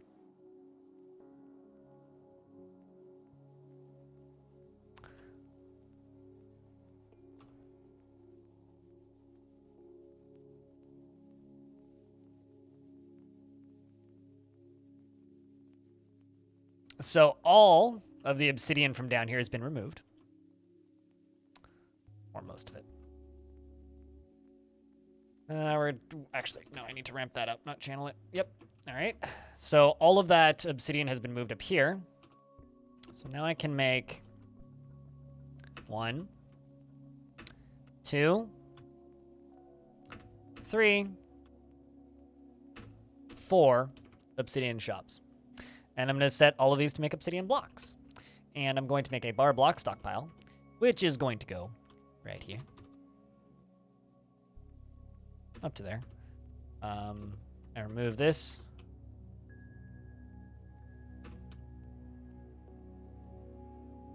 And we're going to go down here. We're going to remove this. We're going to remove this.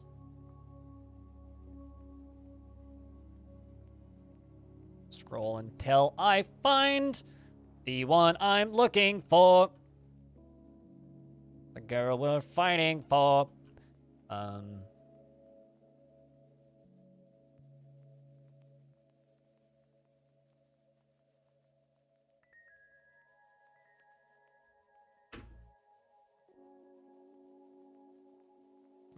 Permit? New. Now? New. No, it's literally just press enter. I thought that's what I did. Anyway. And then mechanisms. Rock. Let's make 10.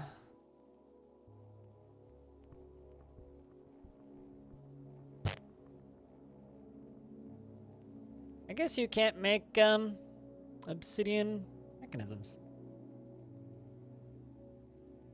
Which is strange. You can.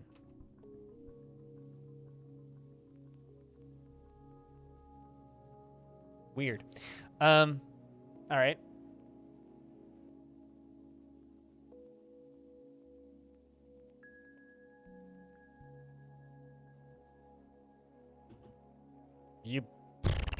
Well, rip Onyx. I was about to say, Dwarf, you better not do that. Anyway, we're going to go over here and pull this. Light the Obsidian Printer Philly. Gosh. You doofuses.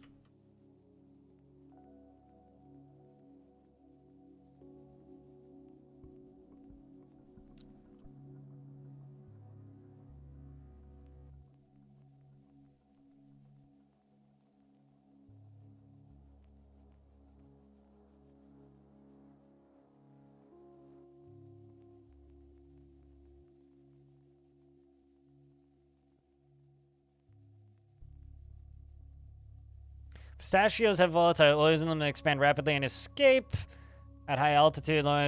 Catches fire when in contact with oxygen in quantities over 5 kilograms. From what you remember, you can't ship pistachios by plane. Huh. I just learned so much about pistachios. I feel educated now. Uh-oh.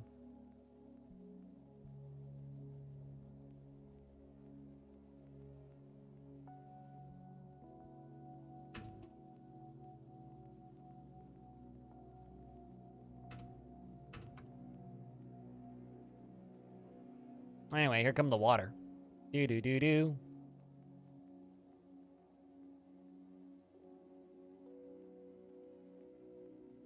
It's okay, it'll take a little bit to spread that far. So what you're telling me is, like, the one time I ate a food thing called pistachio bombs, it was literal?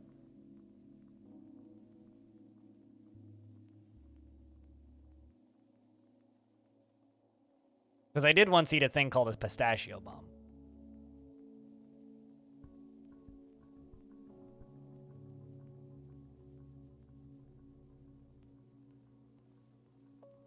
All right, so I can forbid this.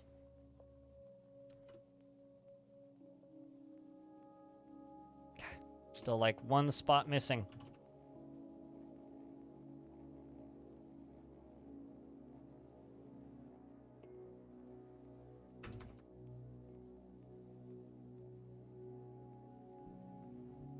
You'll post it. So I have a question. This is a very important question for science. Do you have a source of a video of pistachios exploding and catching fire? Not necessarily in that order.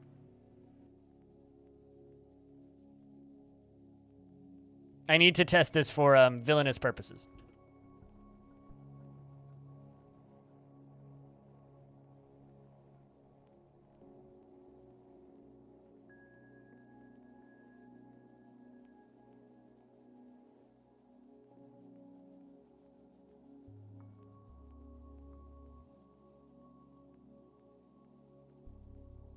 You've actually looked for one for years? I don't know what's better, the fact that I've learned that pistachios can explode, or B, that you've been looking for videos of pistachios exploding for years. This seems like something that they should have done on the Mythbusters. Like, how did this not get done on Mythbusters? All right, sweet. That whole thing's been fixed. Dwarf, just get out of there. All good. All right.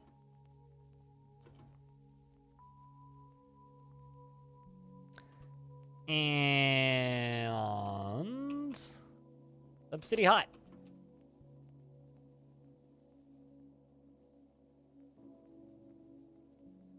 I think so. That's a tentative, I think so.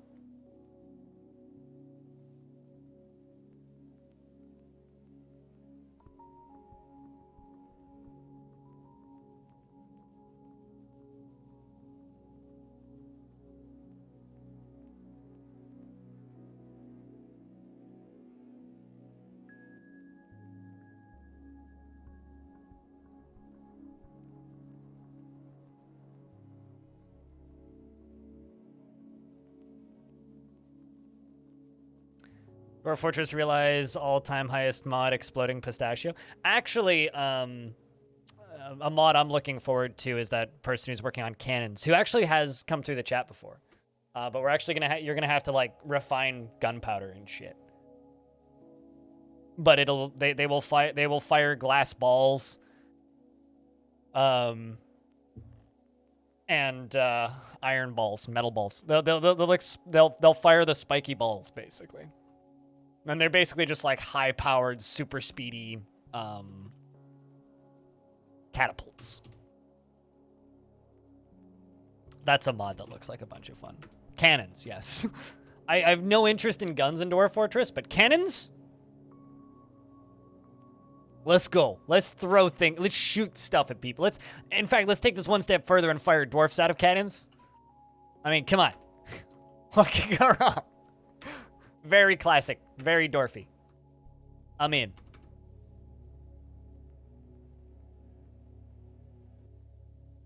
Hold my beer, Urist.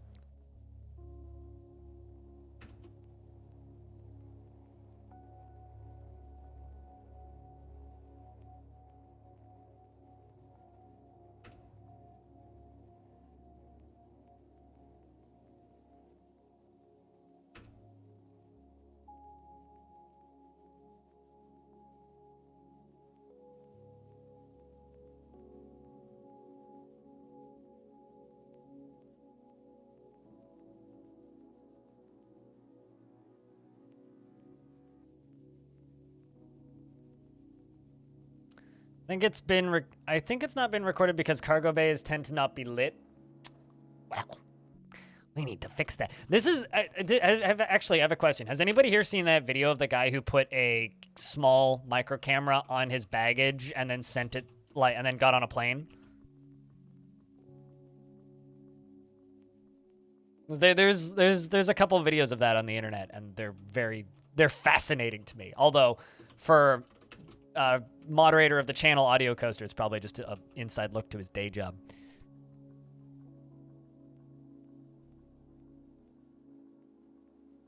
And the comments were hilarious. What needs to be more wide?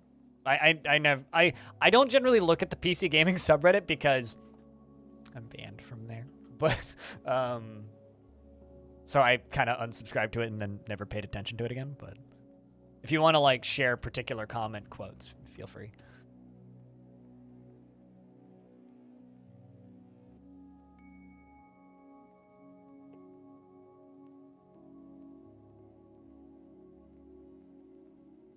I get it. The cameras all exploded. The explosion was just so big, the cameras went off with them. What, it's probably illegal to put a camera on your bag and send it through shipping in a plane? I fully expect it to be illegal. Doesn't change the fact that I'm impressed.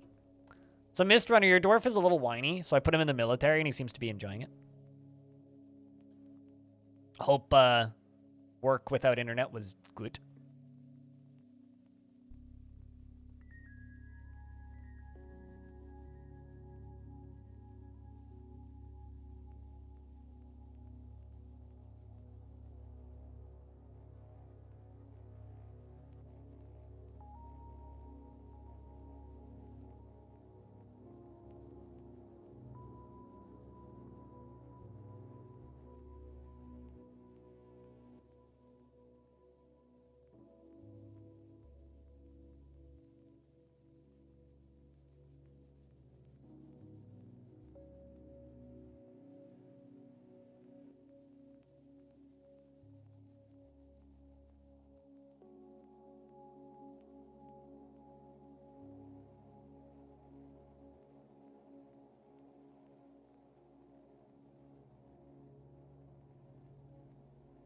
Wide pog, best pog. I mean, this is a fact, yeah. And, you know, I've said this before, Diamond, but if you upload that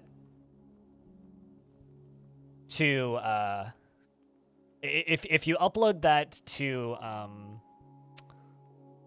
FFZ or something, I will make it a usable emote in this channel.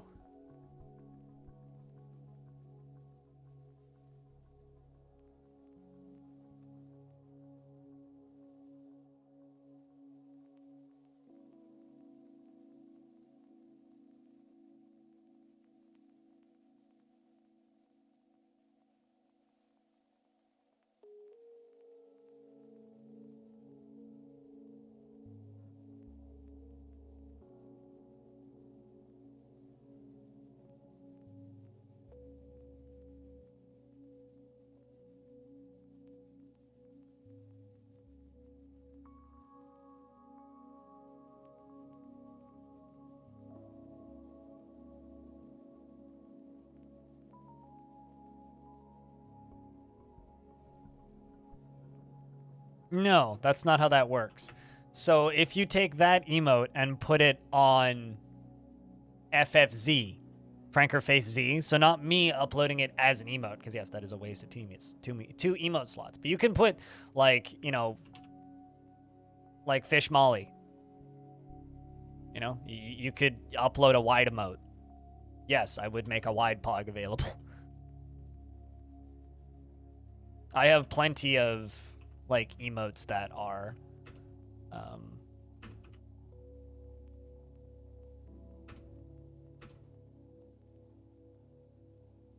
You need to install Better Twitch again? Never uninstalled it.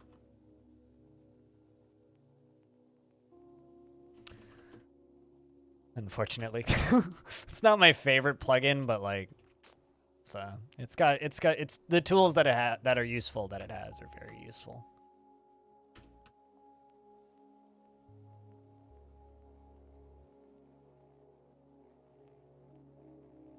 You know what? Actually, I've changed my mind about how I want this corner to look.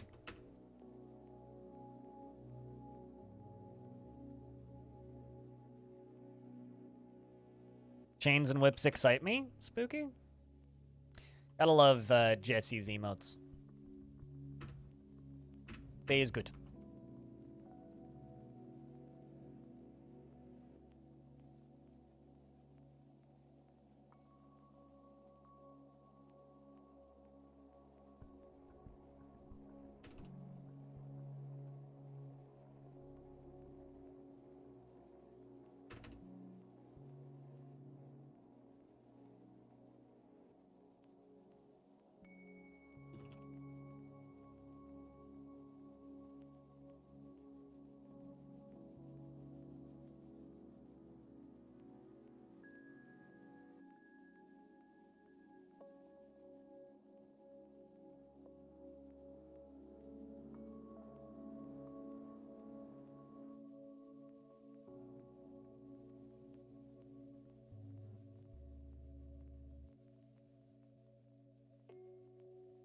What the fuck are you looking at? Oh my god, that's a good question.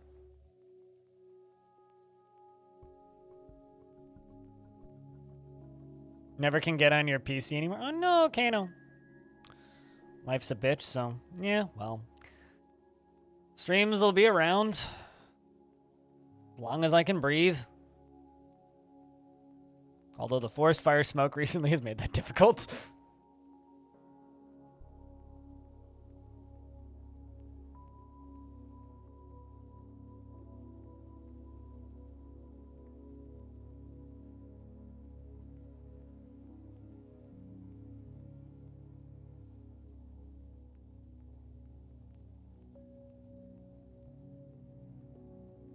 But it's good to see you regardless. So, thanks for swinging by today. I am shaping a volcano to my whim. In the fortress of Stonewater. And we are making obsidian down in the basement. The Stonewater. Right here. This fills up. And the game saves right when I was showing stuff. To see such an advanced world. It's not as advanced as you can get. There's some things that you can do to make it significantly more advanced, but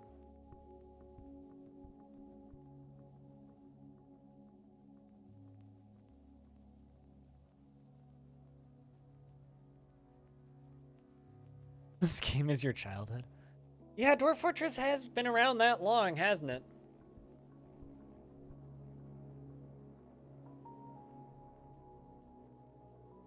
I mean, this is an old channel. Of course there's a lot of FFC emotes in here.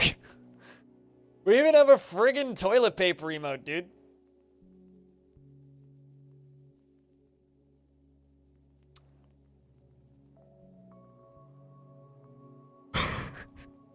Like, yes, there's a lot of FFC emotes in this channel.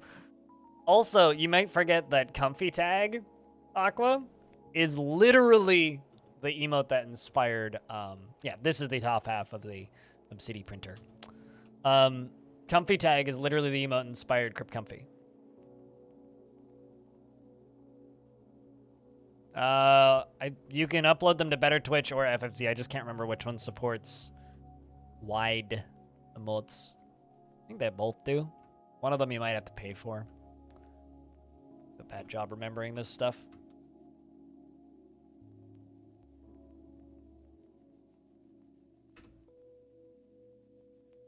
Speaking of old, Chad, 4 years of Twitch partner, I think? On the 30th?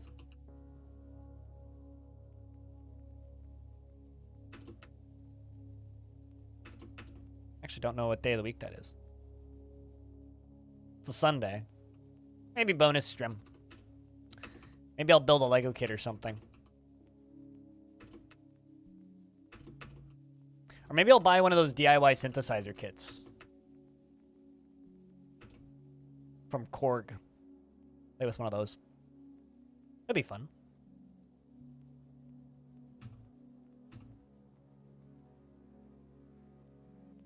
Have you seen those no solder required synth kits that Korg makes? They're just tiny little screws.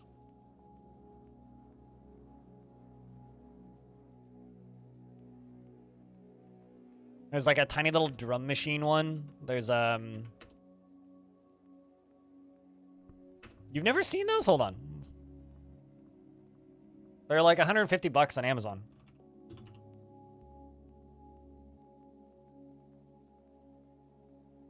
Gets Korg who sells them. Unless I'm going crazy. Yeah. I mean, obviously this is also like they've doubled in price on Amazon, but it's easier to search for them on Amazon than in other places.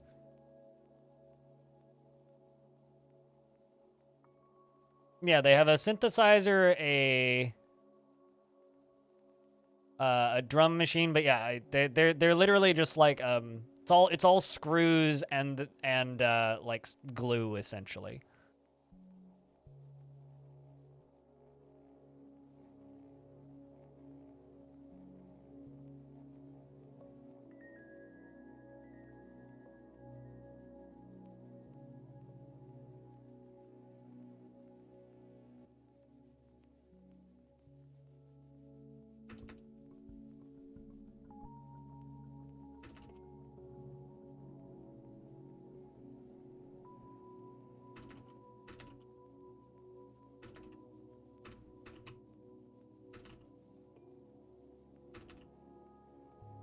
Depends on if I can get one at a reasonable amount. I don't know.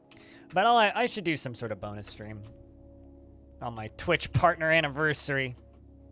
We'll figure out something. Maybe just play Spider Hack. You know, duck game or something.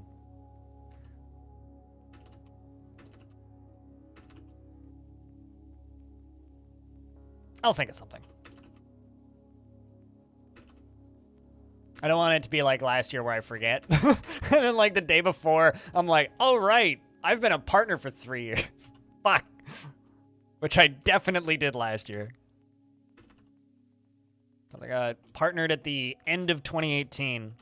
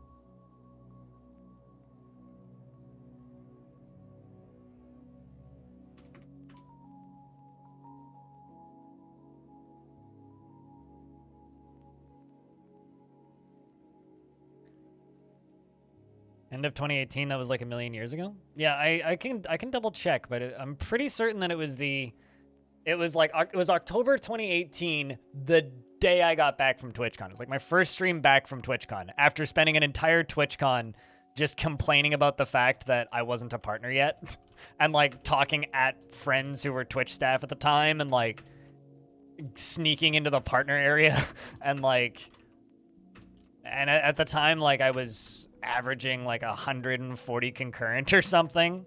Like the channel was a little bit bigger back then, but not as profitable. There was a lot more like turnover in the community back then. But, you know.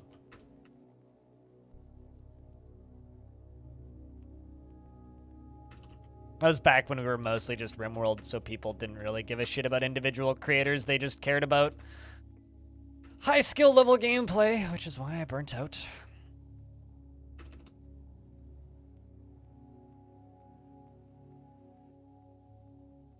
You need to stop browsing Korg.com. Very dangerous website. You have my permission to use the Pog emote to make a wide Pog on better Twitch TV. Diamond Destruct.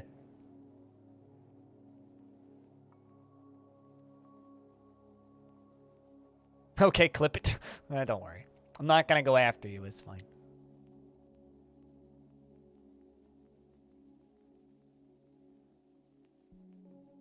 Oh, also, I just want to say shoutouts to my teammates.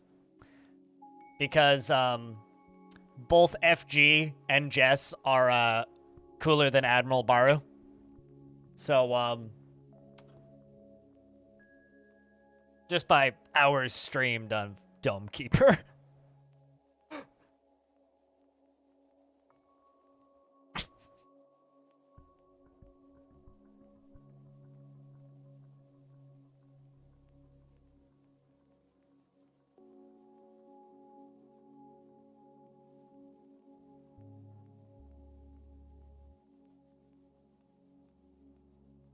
Also, chat, so do you remember how earlier we got a pigtail thong, right? My friend Thompson wants to know when that will be available in the merch store. Pigtail thongs. They're vegan. No comment. The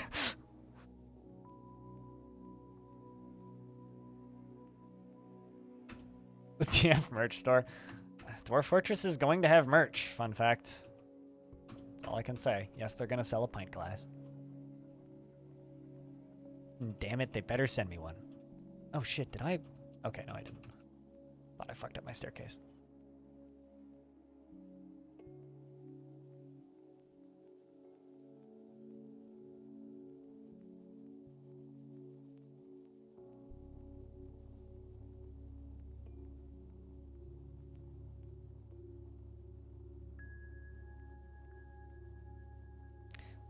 That should be fine.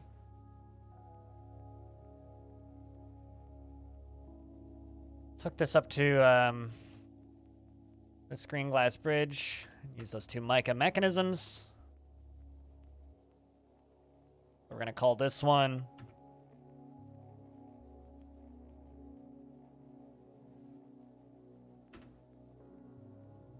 and then you can be glass tower door.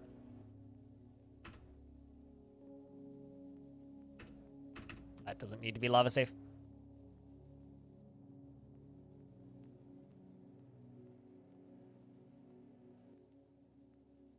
Oh, I see. I haven't finished building.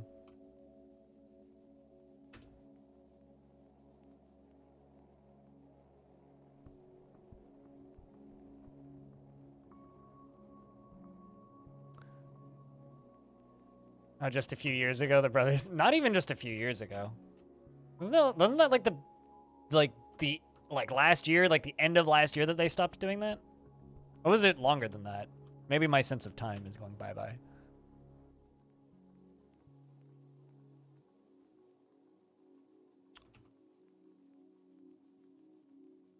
What the fuck, Lamau? Yeah, well, your dwarf made a thong. A very valuable thong.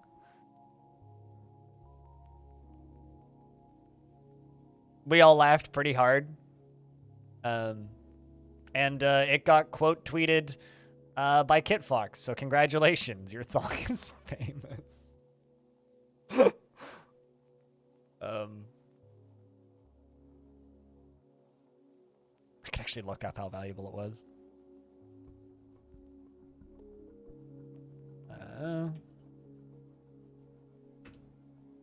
51,400. Not that valuable. Valuable enough.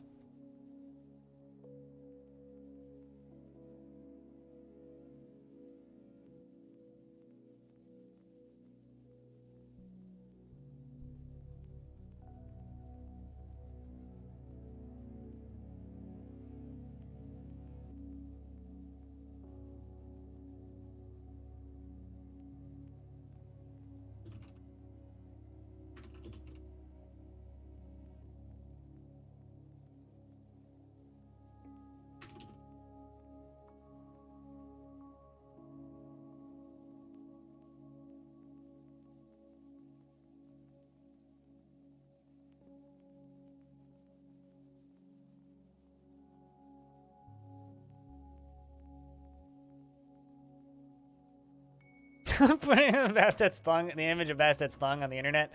The funny thing is, this is something that's funny out of context, is I put an image of Bastet's thong on the internet without her permission. Which I don't even think I should be laughing at, but... It's just... I hope you're okay with me putting images of your thong on the internet.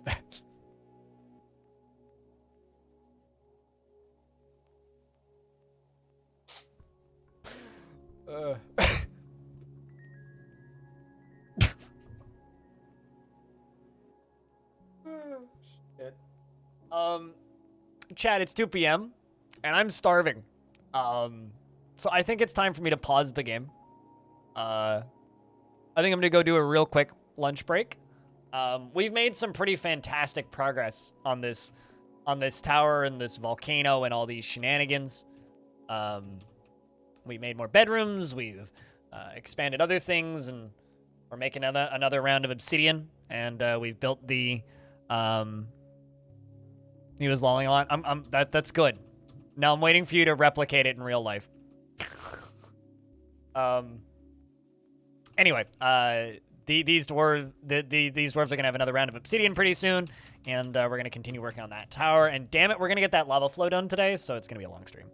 But I'm going to pause the background music and give you guys some of this.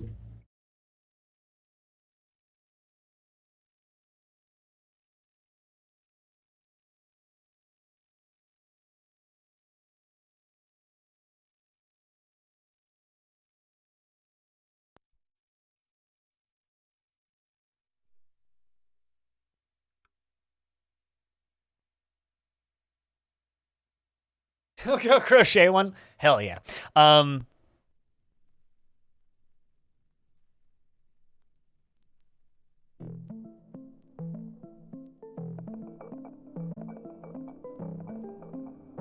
Chat room, if you're sticking around, if I could get a big round of beers, that'd be fantastic.